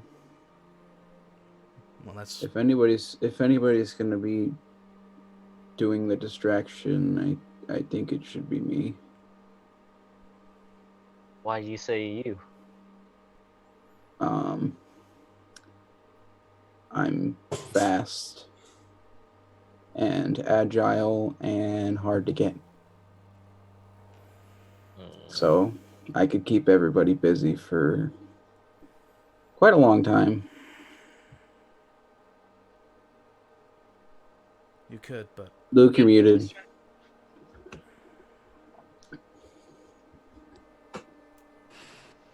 Hello? Luke is no longer muted. Hello. Hello. I still don't like the idea of one of us being the distraction.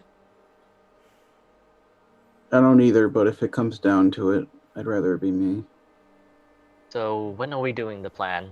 Just asking.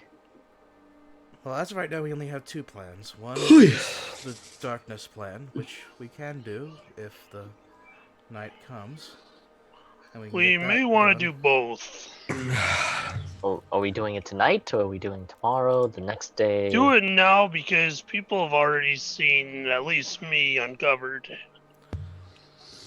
And as I said, Rome and the No better Brotherhood time like the present. been very keenly curious about me, or at least the human me. I get to get further than that. DM, just I to wanna- clarify, Yes. the item I'm seeking, I believe it's sort of in the area, but not necessarily in Nightshan in the same way. It's yeah, you know that it's somewhere in Nightshan.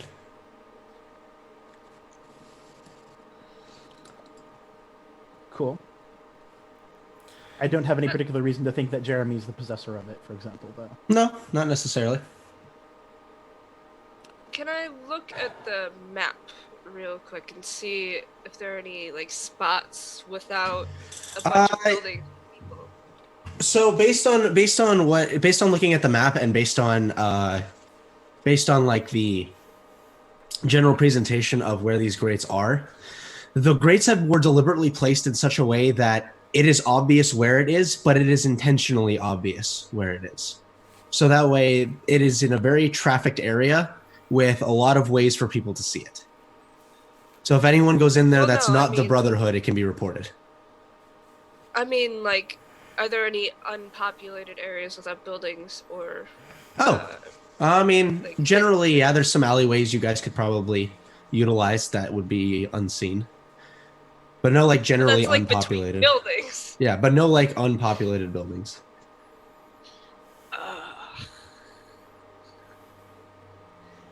Is the building that Hildy burned down? That was in is Karana. that- Yes. It's in Karana,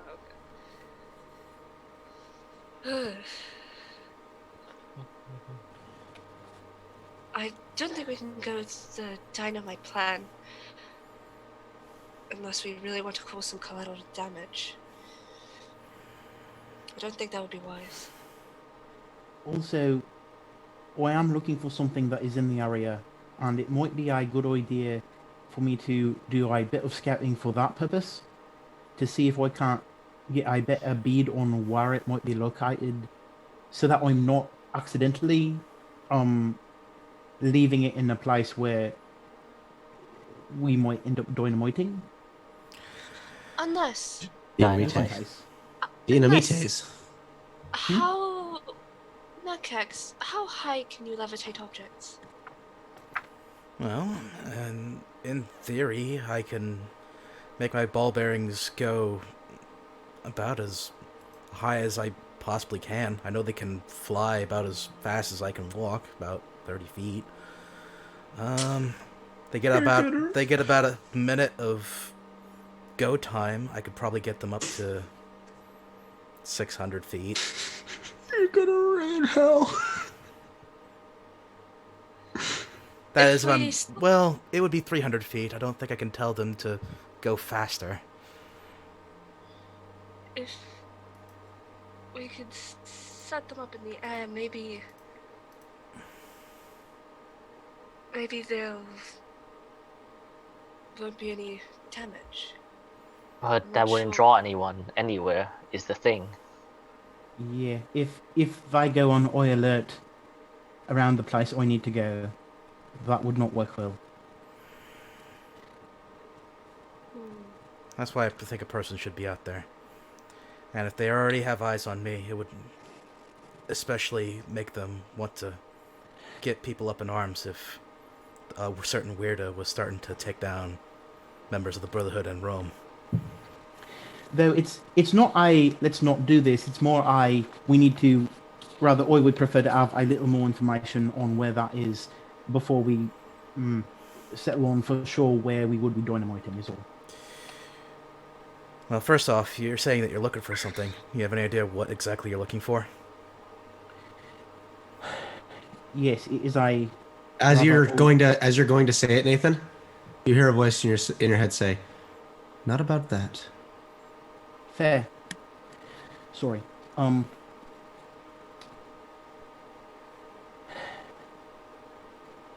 So, it's not something I'm able to talk about too much.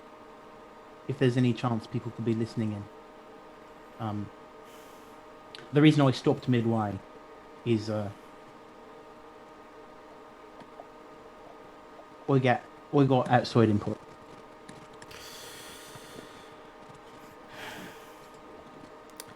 We're already talking about the end of the world. I have no reason to hide what we're looking for. I've already said we're looking for a piece of the artifact. And for certain, it's underneath where those sewers are. Where that one guy is. And if you don't want to tell us what your thing is, then that's your call. But To be right clear, now, go ahead. right now I'm more concerned about making sure that where we are right now doesn't get torn up by the Fifth. I'm not letting that shit happen.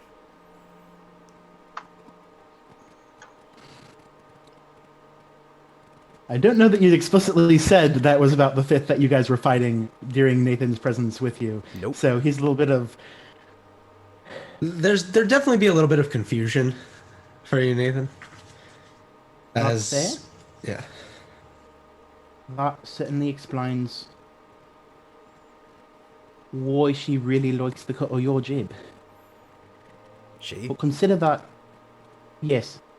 Consider that I trust you, not because I know you, but because she considers that you are trustworthy with whatever information I might give you. I do not believe that any of you, I'm not sure that anyone, could fool her. And But apparently she doesn't trust us enough to know exactly what you're looking for.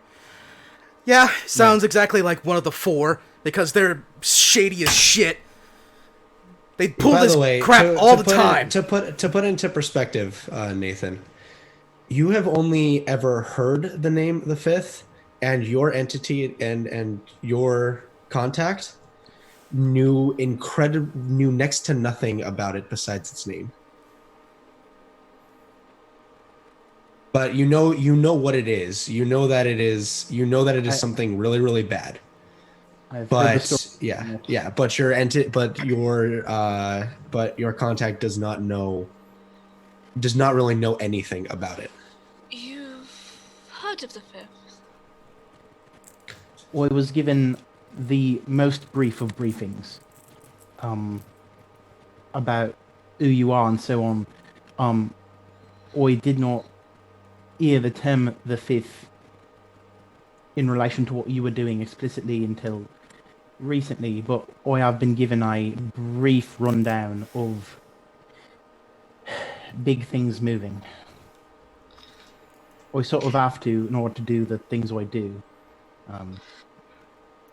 I got some bad news for you. If we're not going to get any information out of what object you have, I'm going to be the one making the decision here. It doesn't matter whether or not your object's going to be there or if it's going to be protected under high alert. We need to get that piece of the artifact. So, we're back to our original question. Which plan are we going with? Are we going under darkness?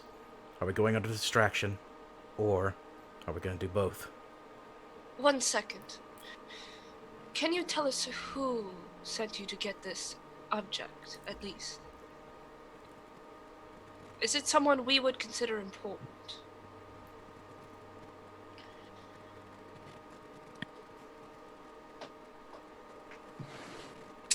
Could I just do a perception check, sort of double checking that there doesn't seem to be anyone around? Yeah, make a perception check.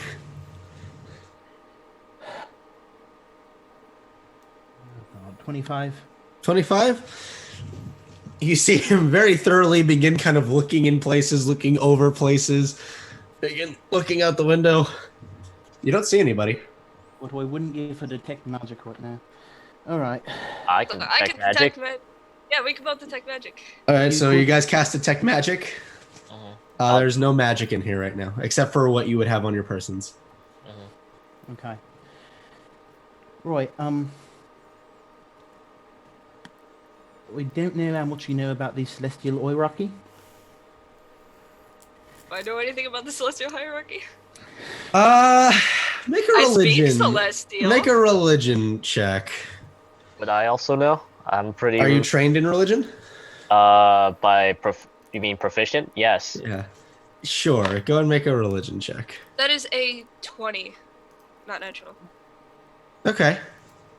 So you know a bit about the hierarchy, or at least how it's detailed with certain things. Certain angelic entities have higher stations than others, though all of them typically stand for keeping good in the world, making sure they're essentially the embodiments of what good is. And you know that at the top of the food chain are the gods, followed closely by their right hands, which are typically, you have to forgive me for a second because I'm having to go back through the information. I believe it's solars that are the next down from the gods.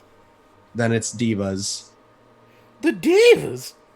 Diva. Yes, honey. It basically works. Yeah, it basically works as a hierarchy of the gods being the highest, but even their underlings are incredibly powerful.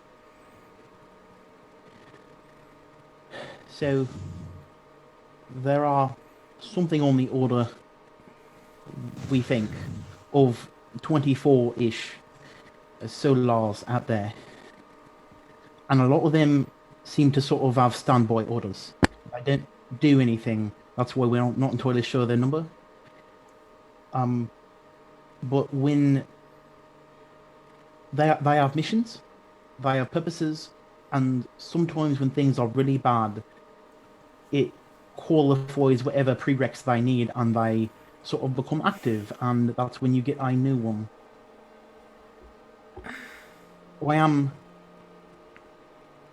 There's no nice way to put it. I am very bookish. I read a lot, and believe me, before things went the way they did, I did the research I could. She's new, and she was sent to bring my daughter into the heroic business, and I interrupted that by making a deal with her. I would be a hero in her place. She is a solar. Her name is Gamaliel. And she wants this because the blight is terrible and is killing us all. We are going to starve to death eventually. You only have so many people who can do druidic magic, who can keep the dark at bay. We need this to be dealt with. I trust her. I have no reason to think she would ever lie about anything like this. That is important. And I'll look at Nakax, since I am here to assist you. And your group has decided that your artifact matters more than mine, with the context that you have. We'll continue to trust a judgment on that, and I will continue to help you. It has waited a decade for anyone to get it. Another day or two won't hurt.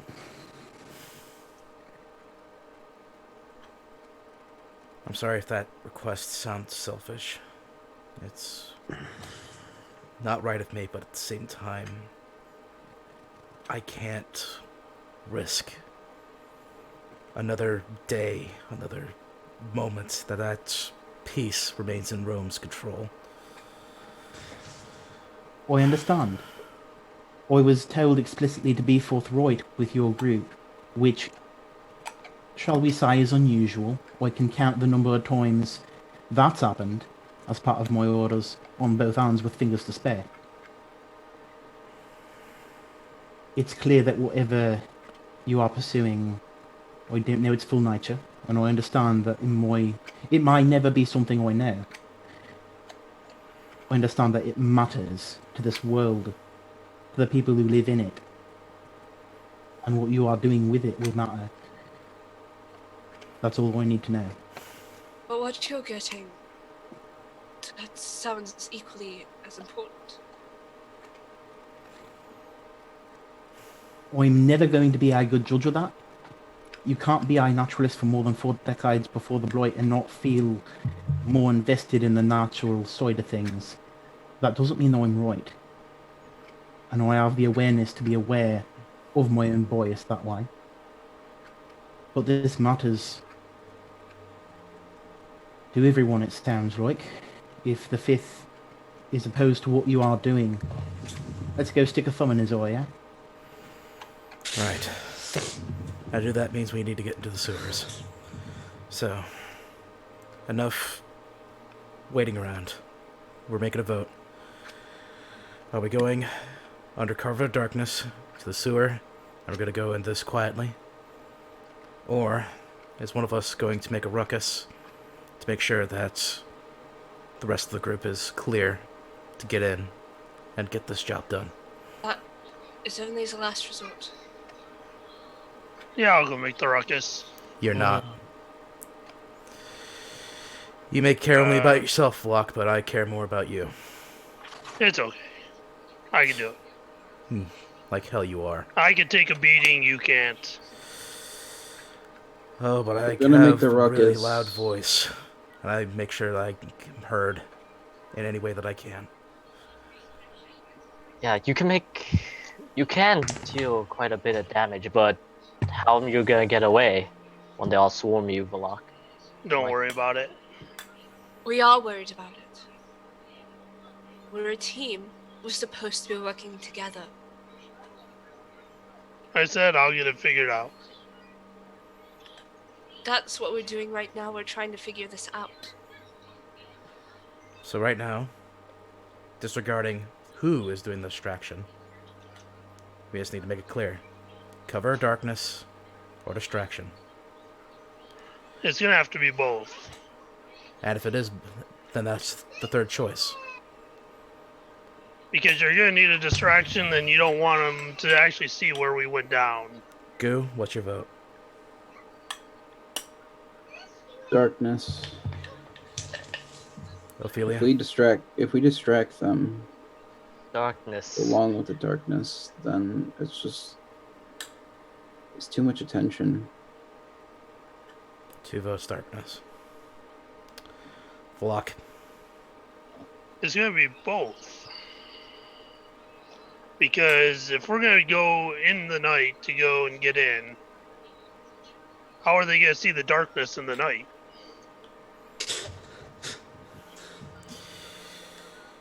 That's real. I'm staying until everyone's made their decision.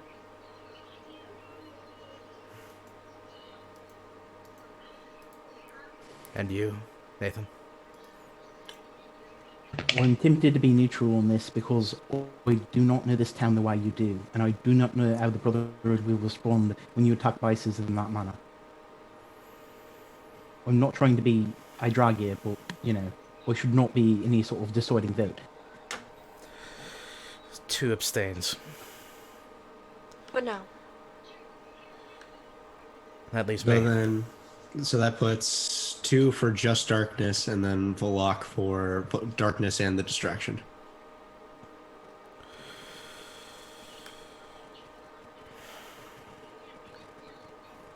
It So seems really that this- a majority is agreed that darkness is going to be the right choice. To be fair, to help in this a little bit, it seems like I think I can say as DM, you guys are all in the same boat about going in under cover of darkness. This is more just a conversation of, are you guys going to be doing a Yes. distraction alongside it? That's where it's going to be coming up. Yeah. Everyone agrees that darkness is the right thing, but no one wants to do the distraction. The only reason I brought it up is because if I try to, well, show up as I am, as I've said, I've already have eyes peeled for an odd-looking man in a tuxedo running around. If this, But if we are going to be doing this, it's either going to be Goo, who can outrun them, or Valak, who may be able to outfight it. But I'd rather not have any of us be left behind.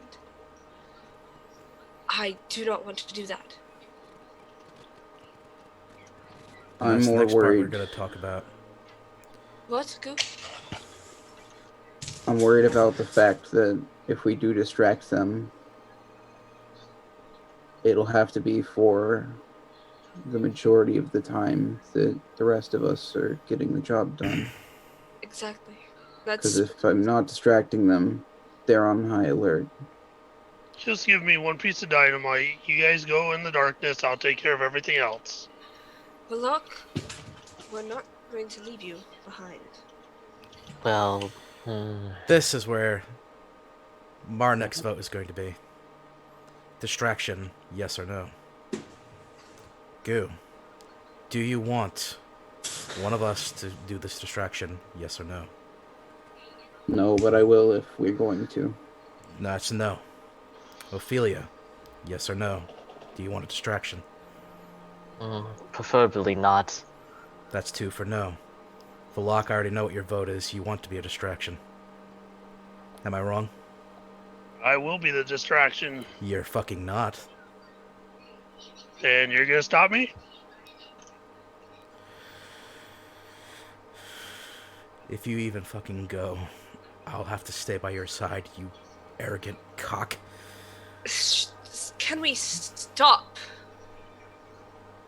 You know he's a kid. That's why he keeps doing it. So And you want to kill What? yourself? Trying to make sure that everyone gets what they have to say out of the way, right?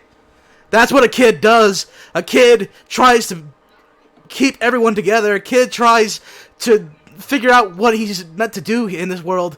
Yeah, that's what a kid does. Everyone just shut up! We're trying to get something done here. it's easier just to go do it instead of sitting here and make plans. If you haven't noticed with us, our plans never work out the way everybody wants. It's better just to do it and get it done. And for you to die? Not a goddamn Doesn't chance. matter. It does matter. You wanna know why it does matter? Because Not really. unlike me, you have strength. You have power. You're a leader. Far more than I am.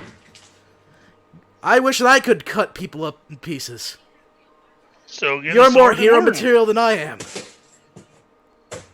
And that's why you should stay with them. You may care about yourself, but everyone else here cares about you. And who says I don't care? Only you're saying that. You said it yourself. When you went out to fight that thing, you said, I only care about what I am, what I feel. That was what you said. Don't you lie to me and say that you didn't. Oh, I may say that because I've been running behind you guys this whole time. Now it's my time to go out and do what I want to do every once in a while.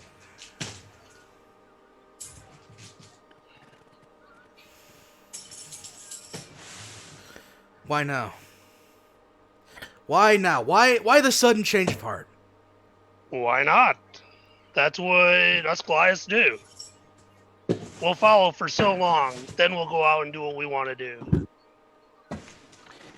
Valok, So what you're saying is you don't care. You don't care that this world is going to burn. that doesn't seem to be what he's saying to me. Valok, you have a pretty good idea of your abilities and how long you can deal with people of varying skill and probably machines, magical things and such. With what you've seen of the Brotherhood forces here, do you think you have a reasonable chance of leading them on a merry goose chase, or bringing combat to them if need be, and getting out alive, or otherwise keeping them off our back for the time Well, required? Keep you guys off your back, I can promise that. Sorry for the noise, by the way. I'm kind of in the process of getting something out because I need it for this right now. Playing with bubble wrap. Since we're taking too long, Eric is getting the bigger monsters out because we're taking too long to make a choice. He's getting out 5 more d20s. And 20 constructs. 20 constructs. Yeah, these guys do about like 60 d20 damage. Quite unfortunate. Yeah. Continue. Sorry. I think I just knew there was a lot of noise on my end. A I have lot se- of noise. Sorry about that. I have certainly seen distractions that work well, and if he believes that he can be a distraction, with the understanding, I hope, that you would not go to fighting right away if you were discovered, but to try to lose them first, then fight if need be. I hope. Perhaps I shouldn't ask. If you could be that person. I know that none of you want to lose a friend. And I would very much prefer that you not be lost by luck. But it is certainly the case that what we are doing matters more than any one of us. And a distraction might be a welcome aid.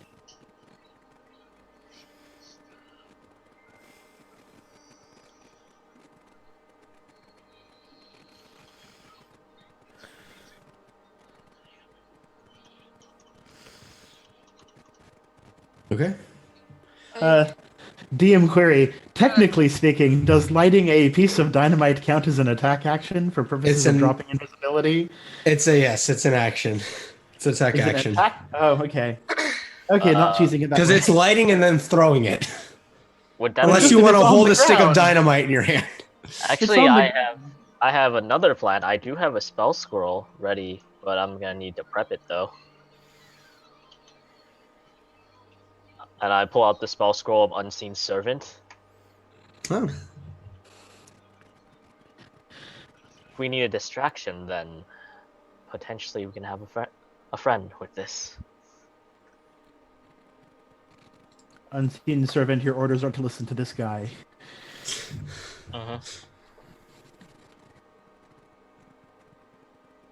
don't want to Okay. lose another friend. So, as you guys are preparing everything that you need to move along, we're going to go ahead and take a short break. A little 10-minute breather. And we'll be back in a little bit just to continue. I know Chris has to go to work, so we're going to just make this brief so that way people can go get drinks, go to the bathroom if they need to. We've been playing for 2 hours. And we will see you all back here soon. Yay. Yeah.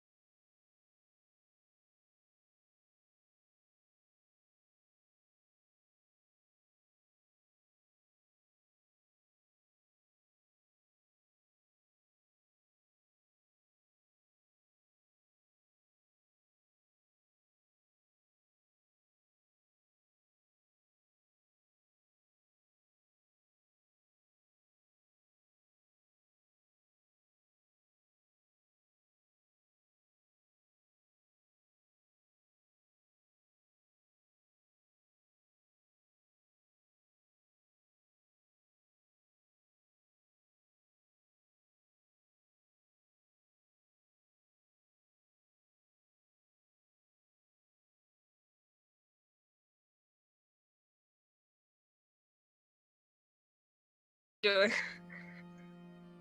Hey guys, this is Jordan here. Oh If you're god. watching it on Twitch as of right now, we would Chris, like you're to gonna hate inform me you- right now, but I'm running to McDonald's to get lunch because I'm starving.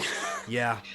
So, as of right now, our DM is going to get some food, so it will be a longer while before we get back to our game. Just letting you all be aware. So, if you're still watching us, sorry, but we'll be back with you live in 15 minutes, maybe. Also, See you check then. out this giant ball for a head. Yeah. It's in work in progress. Alright, so 15 minutes, guys. See you then.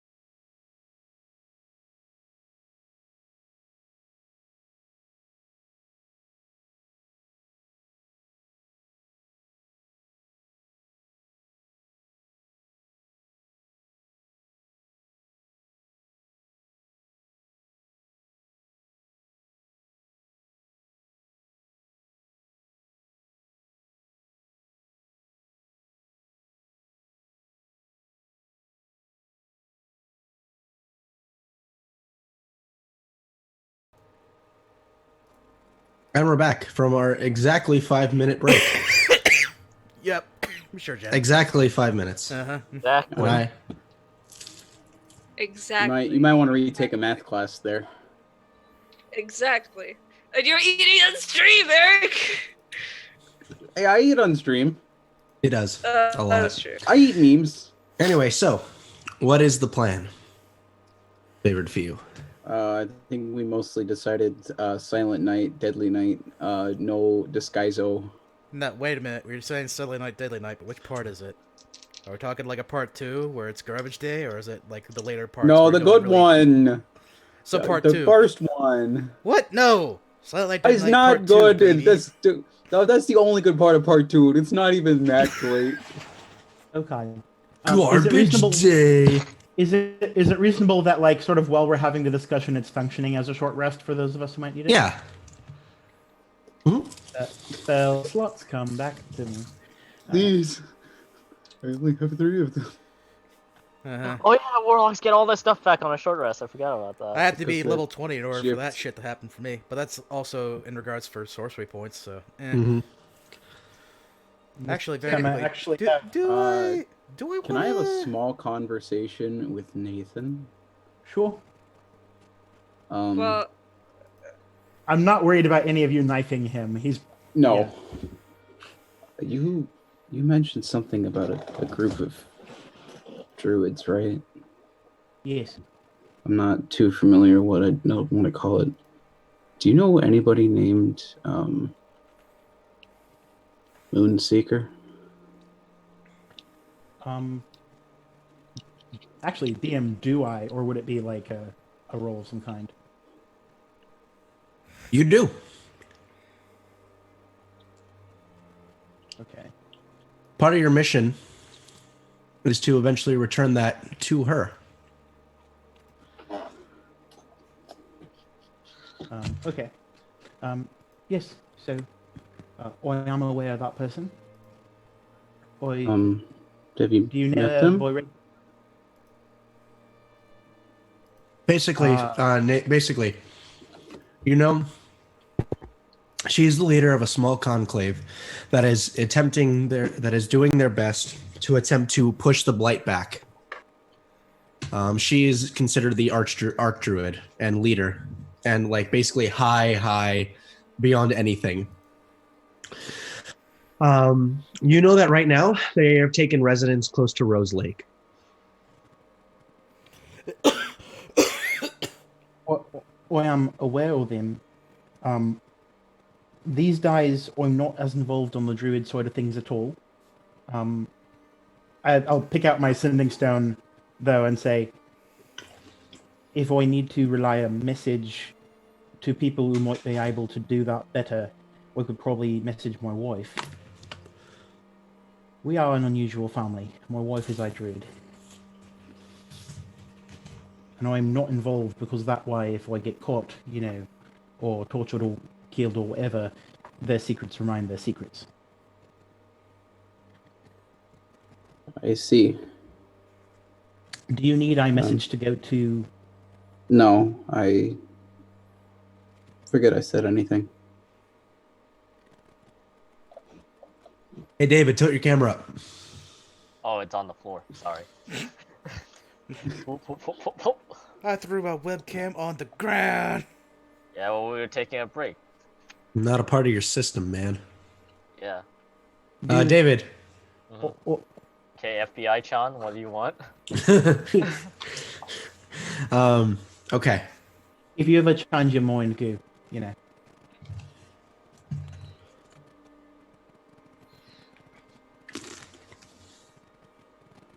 That was right into the fucking microphone. Yeah, Nom nom. Cookie. Well, Also, they're just- having this. I was gonna say, just to throw it out there, I spent 3 sorcerer points to get back a 2nd level spell slot. Okay. As they're talking, I would like to kind of pull Valak aside and have a conversation of my own. Okay. So Valak, you're getting pulled aside. You're still muted. I'm not. Okay. You only think I was. I know it was illusion. All right, so Valak Azrael pulls you aside. Yes. No, you're an important part of this group as well. We don't want you to risk yourself if it's not necessary. If it wasn't necessary, then why don't we put somebody else up in the front? Instead of me sitting up in the front, I'll sit in the back and relax. That could be arranged. But is there a reason you're so ready to put yourself on the chopping block like this? No. I do it all the time. Well, it's only when we have to. When we're fighting.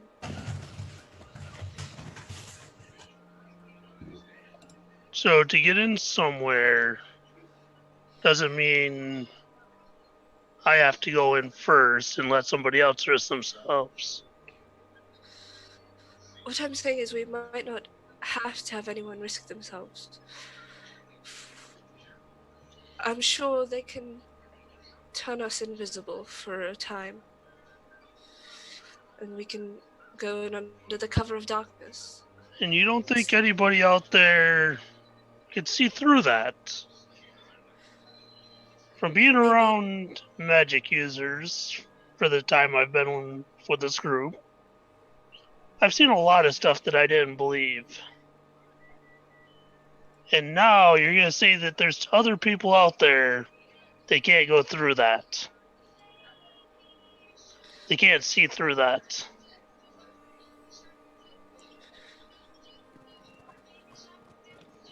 I suppose you have a point. But I'm still not comfortable with you risking yourself. And being away from us. If anything goes wrong.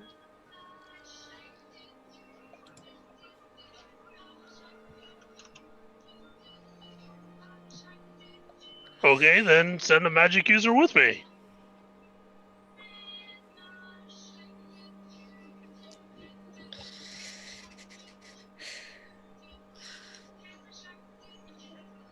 Are you sure there's no ulterior motive you have? I'm sure. Yes. I'm gonna insight check that. Okay, American Insight check. Valak, roll persuasion or deception. Or is he being forthright about it? That's what it is. If it's forthright, you roll persuasion. If he's trying to hide something, it's deception. There's a 25. Valak is being forthcoming.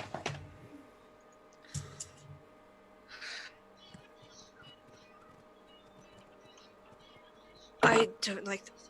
Locke doesn't really hide much. I don't like this at all. But I trust you, and I have faith in your abilities. Are you absolutely sure? Just give me some dynamite, and I'll get myself out of there. Try not to blow up too many things, okay? Oh, we'll see. We'll see what I can do.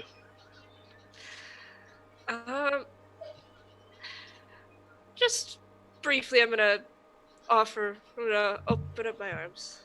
I'll offer a hug. I haven't seen that as a kid. Then maybe I'll show you, and I'll just gently hug him. So you block someone gently. She gently wraps her arms around your chest and gives you a hug. Sort of just pat her on the head. And it's a very awkward, like, oh, okay, good. Is this what we do? Pretty much. You've never seen Velox move so stiffly and so uncertainly in your entire time knowing him. Alright. Okay. So, you guys make your final preparations, grab what you need, and make your way onto the streets of Nightshan. So, Valak, you are given a stick of dynamite. What is your plan? So, let me think. We're told that Valak is doing this, right? I assume so, yes. Just one stick or several? Depends. How many sticks of dynamite are you guys willing to give a giant Goliath? It has a temper. How much does he want? Probably all of it. I would guess. How much do we have? Let's go this route. You have 6 sticks of dynamite total. I would say half.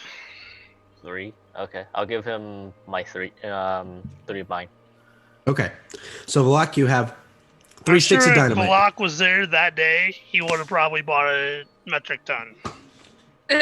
Electric fuck ton of dynamite. He would have turned it into like a barrel of dynamite carrying around with him. Okay, so the rest of you are going towards the sewer. Valak, you're going to make a distraction. Is that correct? Yep. Okay. And we're all So- absolutely okay with this. What? And we're all absolutely okay with this. No, but I can't stop him. I don't think anyone can. I trust him. When he puts his mind to anything, there's no stopping him. I trust his abilities. I think if anyone could do this, leave a luck. If anything goes wrong, I'll try and get us out of here. All right. So, the 5 of you who are going towards the sewer grate, make me stealth rolls. Mhm. Valak, All right. So, Hold on.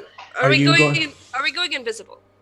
are you going in? That's a good question. Is everyone going invisible? I thought the idea was we're all going We're to be using under darkness. the cover of darkness, which I'm assuming is he's going to cast darkness on an object, keep the object out, and we're gonna.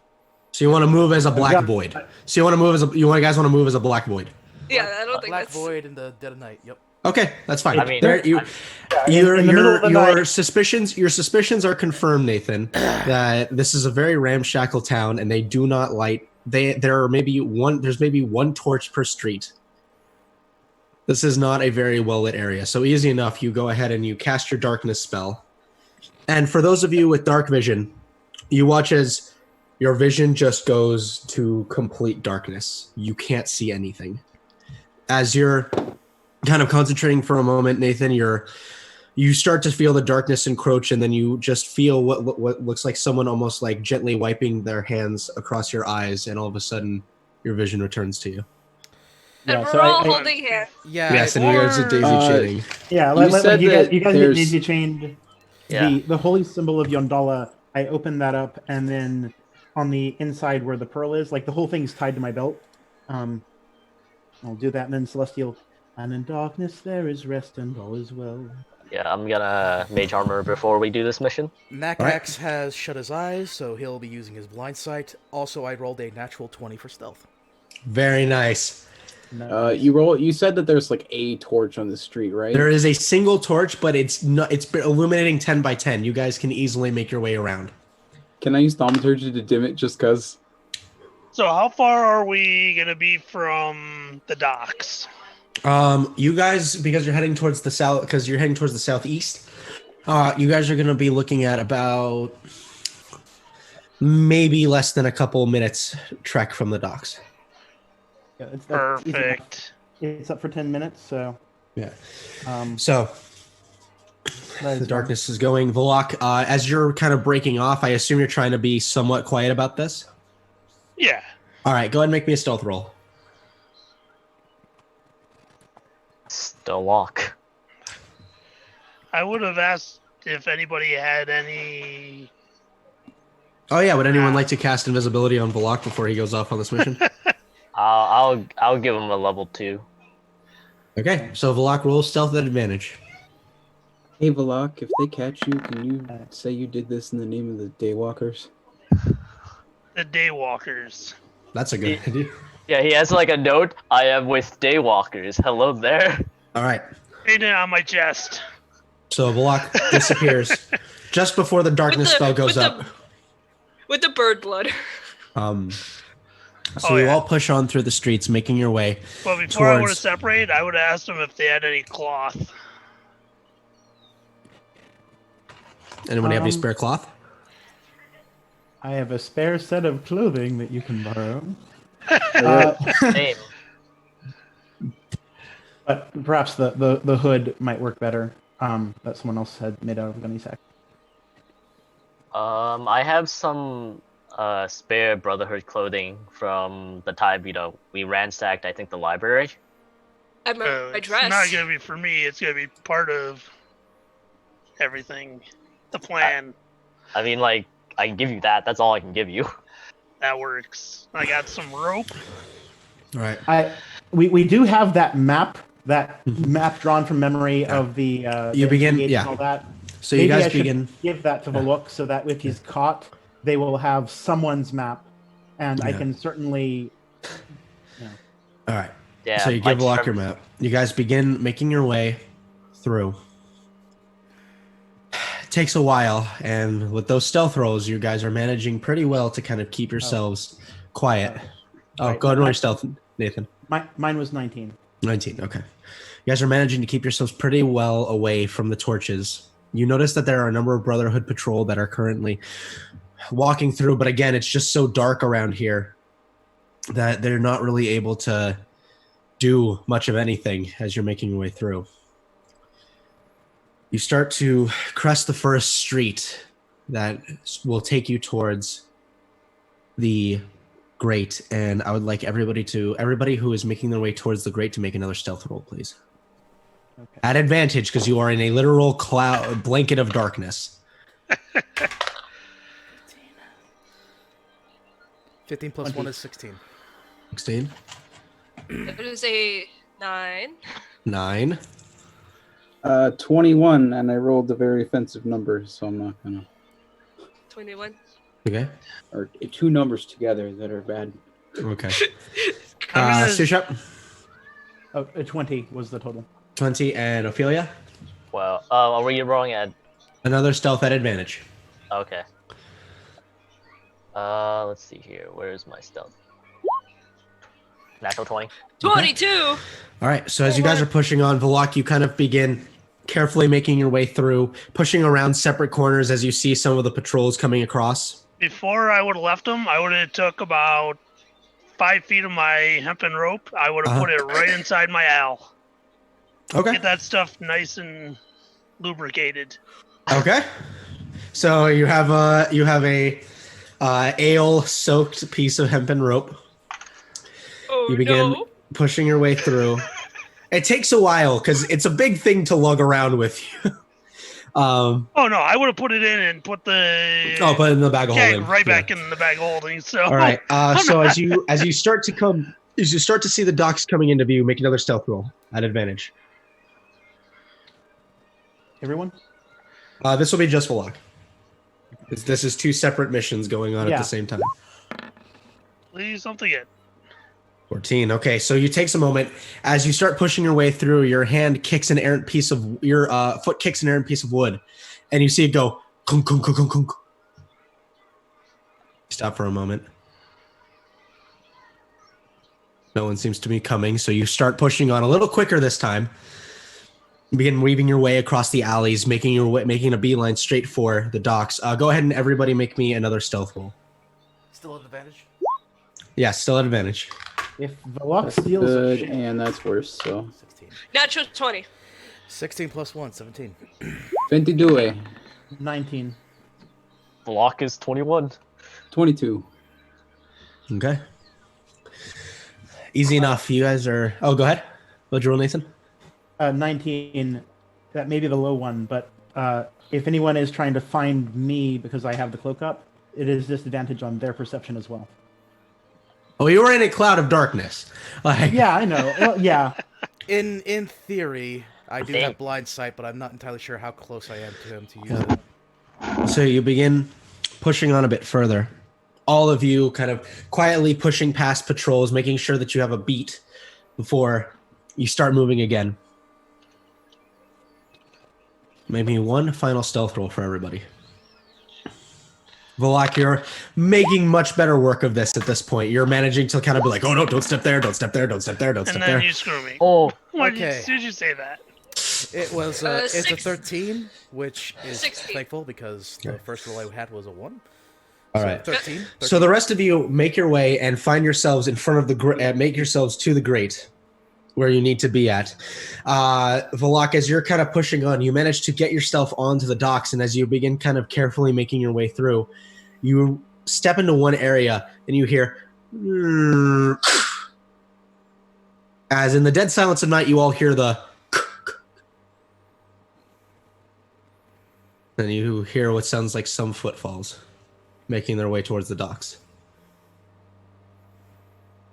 Volak, at this point, you're kind of looking around and you see a number of the guard that are on the docks kind of have looked over in that direction where that board is just broken, and they're slowly making their way over, like hands on the weapon, on their going to their weapons. They don't see you. Then when you hear one of them go, "Who's that?" Starts drawing his sword. I'm gonna hop in the water. Okay. So you're just gonna jump over the edge of the water? I'm not gonna like jump in like a cannonball, but Yeah, you're gonna carefully get in. yeah. Go ahead and roll me another stealth roll. This is gonna be straight just because they're aware that something is there.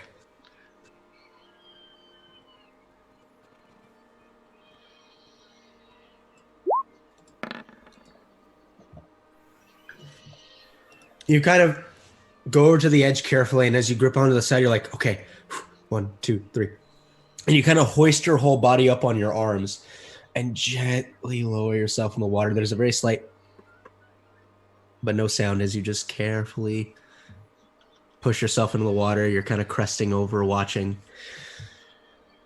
You see a number of the guard come over, kind of look about.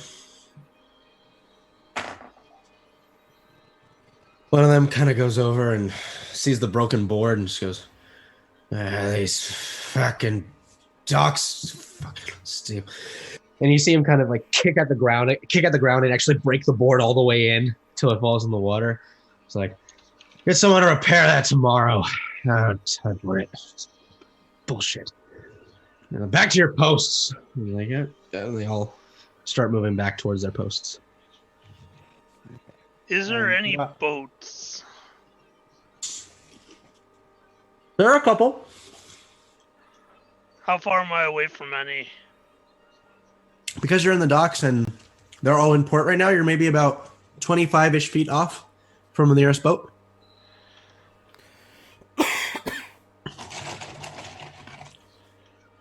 Okay, I'm gonna start heading towards it. Okay, so the rest of you are kind of standing there with bated breath. I'm basically assuming that once we're in the middle area, like hearing that board break, if we did, then immediately doing it, and otherwise not waiting around. There's no point. So just putting in the symbols that we need to get into the so you begin going over the symbols. Walk will have one more round before you finished out the symbol. It is a bit intricate because it's less than just touching different areas. As you start to see, you actually have to start drawing lines and circles and curves around certain things, and in some instances multiple times. Mm-hmm. All right. So Vlak, you swim over. You manage to kind of get yourself up to the side of the ship. I'm assuming you're climbing up. Yep. And climb up onto the deck of the ship Like, easy how enough. tall is the ship? It's a sizable ship. It's like a transport vessel, basically. Okay. I'm gonna pull out my barrel of alcohol. Okay, so you carefully look around. Slowly pull the barrel of alcohol out and set it on the deck of the ship.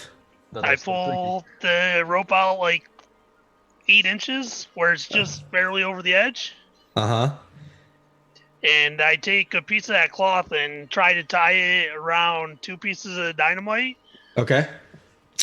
And I just set it right there on there. I light it. I dive off. All right, so you... Hold on. Actually, don't I have a, what the hell is it called? Keep a dimension door. How far does that get me? 500 feet. You could probably jump pretty close to where they are right now. I'm gonna use that. I forgot he had that. Yeah. So, Nathan, as you're on the ground, you're like, okay, all right. So 3, and then there, and then perfect. And as you hit it, you hear a click, followed by a as a giant plume of smoke and fire, bigger than anything that those dynamite sticks could have done, erupts into the sky. You immediately hear a bunch of people go into high alert as you start hearing scrambling and panicking going on. You hear houses, you see torches being turned on in houses, but as you finish that last thing, you hear that click. You watch as the wall in front of you opens completely, showing an entryway into the building that you're right in front of. What are you doing? Just a little bit of foyer. Let's go, folks. Yeah, that's a bit of a cue. See, I told you dynamite was great. As you guys all make your way in and begin kind of looking over your shoulder, like, oh god, where's Valak? About right as the door is beginning to close, Indiana Jones style, you watch Valak just go and throw himself into the building. Would he still be invisible, or? If you were concentrating. Oh no! As soon as he lit that was an attack action, but he dimension doored pretty close. Well, yeah, I was gonna say using the cloak should have been. Yeah, he would have been pretty close. Okay, and just for safety's sake, Arcana, I guess, on this side of the door to see if I can figure out how to get out again. No, literally Indiana Jones style, because the thing is going and seals behind you. But I mean, like, are there any marks or glyphs? Is there a push this to exit? There is. You can see that there is a giant central glyph on the door now. Just making sure that we're not sealing ourselves away. You didn't say anything about coming back to us, man. I assume you have for your loin not to India. Well, maybe you should put more trust in our teammates, right? So as you guys begin descending the staircase, you guys start to realize this staircase is more just affixed to the side. There is a giant tunnel that you guys are walking down. It seems big enough that a caravan could easily be in here without much trouble. There are little sides on the side where staircases are leading down and down and down. You guys continue walking for about 300, 400, 500 feet. The darkness still encompassing. I assume Nathan has turned off his darkness at this point. Do you all want me to turn off the darkness? I'll ask the group. How about you stop and let one of us with dark vision go a little bit further? Sorry. I'm dumb. So, you know how it's the clamshell thing with the pearl inside that the darkness is on? It's still up. We still got time, but it's not affecting us. So you close it, and the darkness recedes back into the pearl. Yeah, if it's entirely covered by an opaque object, it can. Yep. So as you guys continue, now more clearly you can see there are various torches that are lighting the inside of this tunnel. You push on, even past the 500 feet for a good 10 minutes, before you start hearing it sounds like sounds of people talking. A few murmurs here and there, nothing too alarming. Pushing all the way in, you come to an entryway, a singular door in front of you. Next to that door is, once again, that giant, massive arch. That is also sealed, but it looks like this is where they would be able to get any caravans in. But there are 2 doors flanking it that seem to be for humanoids. All right, well, that's good. We're not going to be announcing ourselves going through the big thing. Question is, who's watching the small doors? Is there a way that we can look through the small doors? It's pretty flush, but you can give me a perception roll if you'd like to try to listen. With my +0, baby? Luke, do the thing. That is plus- gotta be a 6 on my end. Add a D4 to that, buddy, because I'm casting guidance. Oh, but D4, boy howdy. 6 plus let's 2. see. That's gonna be 8. So I got a 19, 21. Oh, okay. Yep. Sorry Bye, about it. bye, Chris. We love you. We'll I have see you to later. go to work. Don't worry, Yeah. next week I can play the full time, even longer. Fuck it. Bye. Yeah, if we survive, see ya. Second nugget. Fuck. Sure, we'll go with that. He just said that the bad guy just died by himself. Yeah, from that's what I hearing the said, yeah. Yeah, explosion. he committed Sudoku. Yeah. He heard the Sudoku. explosion, Sudoku so is the it scared him. fun number game. I But no, give he it. didn't. He didn't misspeak. He did Sudoku until he stopped like eating. Yeah. Yeah. Okay, so He just died of caveman brain. you're listening at the door, Nakax. You hear the slight murmurs, but nothing that is too alarming. What do I hear? Make a perception roll. I told you it's 21. Oh, 21. Murmurs. Nothing really catching your eye. Nothing really catching your attention. Ugh. So are we able to see anything still, or You can see the doors in this tunnel. But And you can see the back way you came and the 3 doors in front of you. like that was the first thing I asked. I was like, "Is there a way we can see through?" And he's like, "Nope, you're gonna hear through the door." So I'm assuming there are no windows. No. There's no windows, nothing. It is flush to the ground. Okay, so I yes, there are do- people in there, but problem is we don't know exactly where they are. Can I do investigation check to see whether one of these doors is like much more easily opened or has way more? Make an investigation roll. Okay, that was not a great roll. 13. 13 total?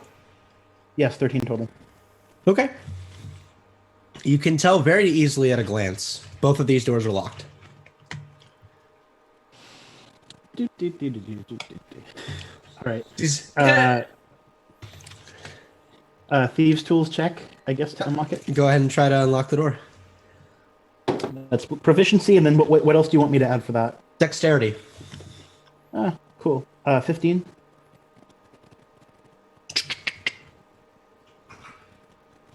You feel the tumbler give.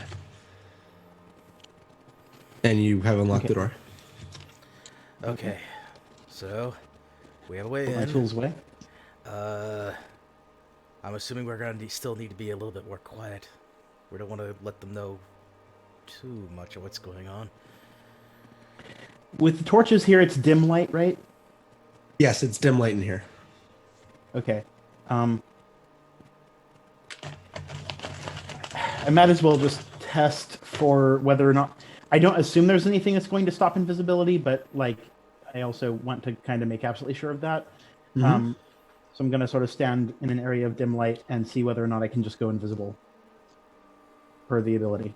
You guys watch this as you're looking over at Nathan as he makes his way over into the shadows. You watch his whole form shimmer out of existence.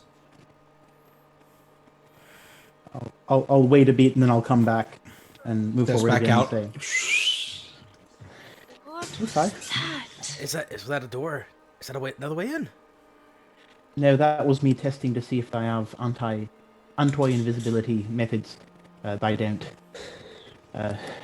It's mostly only good for scouting, unfortunately. I can't move while I'm doing that. But I can, not be super visible for a while. Oh, cool. So you can hide in case things go badly. Good to know. Yes. All right. Point is, we're gonna need to get in there.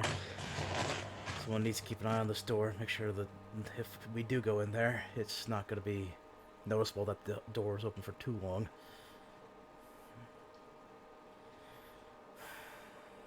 All right. Right. You want to You try guys to enter? do your invisibility trick again there, or you out of charges? I can do this whenever there is dim light or darkness. Well, I meant the making the entire group invisible part, not the. I can do that easily enough then. Just a mechanics interaction question. Yes. If I were to be just maintaining concentration on a spell, like Uh-huh. it's not taking action or anything, and not myself moving. Like if, say, Valok had, an invisible halfling over his shoulder, Yes, you would be considered not moving, so you would be able to use your. I would be able to stay invisible myself Yeah. while having everyone else be invisible. Yes. Yes. So. Yeah, shenanigans. Yeah, shenanigans. Who wants to be the one to open the door? I can do that then. Just have us all be invisible. I'll open the door. Okay. So you're going to cast invisibility? Yeah, cast invisibility first. Then one of you guys needs to pick me up. Honestly, I feel like Valak is not a bad person for this because you're like a Goliath. I'm assuming you're ridiculously strong. Yeah. There's beef. Yeah. Yeah. You don't want me to pick you up. I have a strength of 5. All right. So as you guys open the door. Actually, Ezreal could carry you. She's stronger than me. You open the door, and the murmuring gets much louder as you are greeted by a massive underground complex. Several layers and floors line the outside of the complex as you look up. There are Rome and Brotherhood members who are currently in the process of barking orders at each other, getting different pieces of machinery and equipment at the ready. You can see that there are a few small buildings possibly serving as taverns or rests down here. What catches your attention is as you're kind of glancing up towards the top, there appears to be what look like a number of Rome members, each armed with muskets that are currently in the process of kind of sitting and overwatching the area. To the point that you watch as one of the Brotherhood members starts to pick a fight with one of the Rome members. After about 2 punches are thrown, you hear, and the Brotherhood member falls. Okay, so that's why it's not going to be very easy for them to break trust if this kind of bullshit happens. Okay. So everyone, basically everyone in the group except me is invisible through invisibility. I'm invisible through the one with shadows, and we're all. It is still very dimly lit in here, by the way. Okay. Like, it's not easy to see in here. You start kind of, as you glance out towards, you see that there are a bunch of what almost look like lines that are just filled with just lines of workbenches, all filled with different pieces of equipment that some people are in the process of going over and tinkering with. All of them appear to be in Brotherhood or Rome regalia, as they're in the process of crafting new explosives and firearms, various different implements. Some of them are actually in the process of making new weapons and forges, crafting bullets, crafting new metal casings for weaponry. How many people does it look like this facility is holding, like from the floor? At a quick glance, you would surmise you're probably looking at about 400 to 500 people down here. Oh, we're not going to clear this place out, are we? More importantly, where the fuck another are the golems? explosion.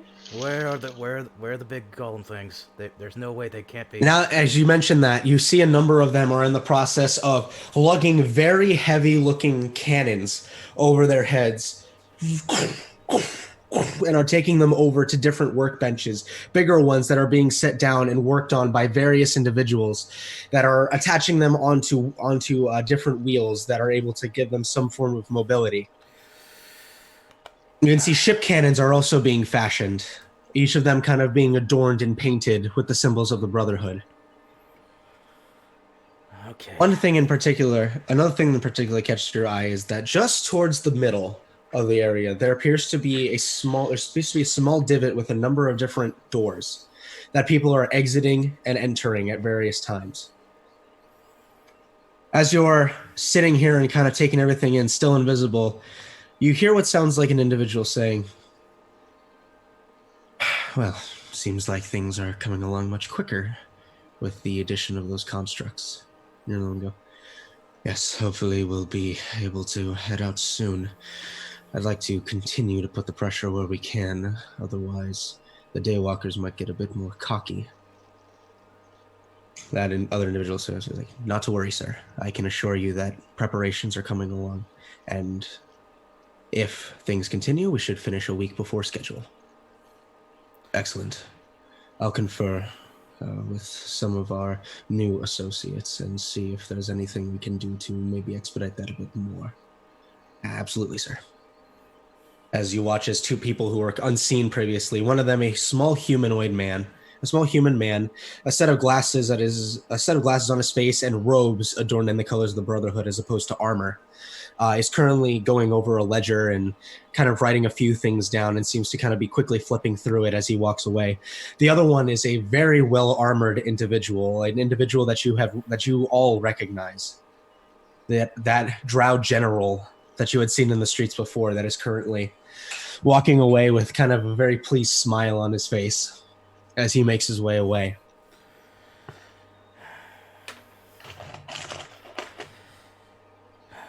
But we don't see our intended target. We don't see... Make a perception roll.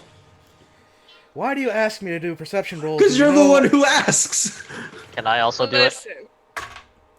4! Yes, you can as well. Don't forget your thing, Luke.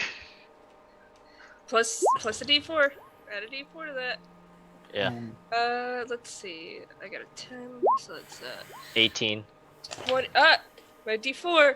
That's a 24. As Nakash, you're looking around, you're like, shoot, where is he? Both Ezreal and Ophelia put a hand on your put a hand towards you, and you just feel them grab onto your shoulder. As you kind of panic, and Ezreal kind of turns her head and points you to about the second level of this complex, where you can see currently sat at a table. There is Jeremy, who's in the process of kind of going over a few things on the table before you see another individual come and join him. And they begin talking for a moment. The figure is hooded, and it just seems to be a conversation between the two for a moment. As he kind of looks over for a moment and points at something. And as he points, you can see that there are 2 Rome members who are in the process of getting into a fist fight with 2 of the Brotherhood members. And you see that the individual looks down and goes,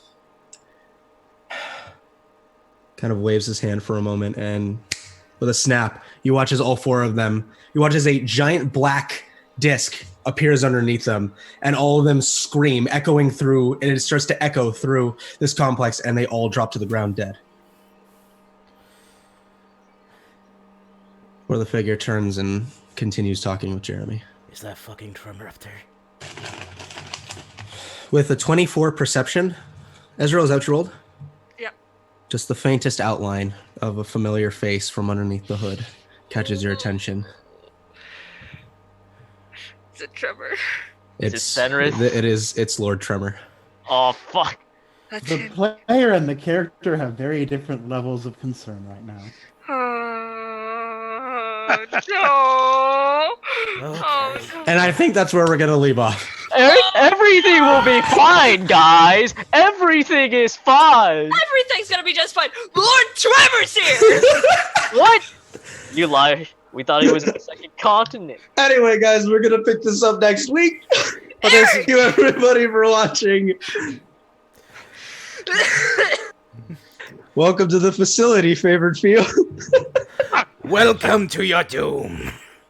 Okay. And we'll pick this up next week. Thank you, everybody, so much for watching. We love you guys. Have a great rest of your day. Good night, everybody. Bye. Eric. So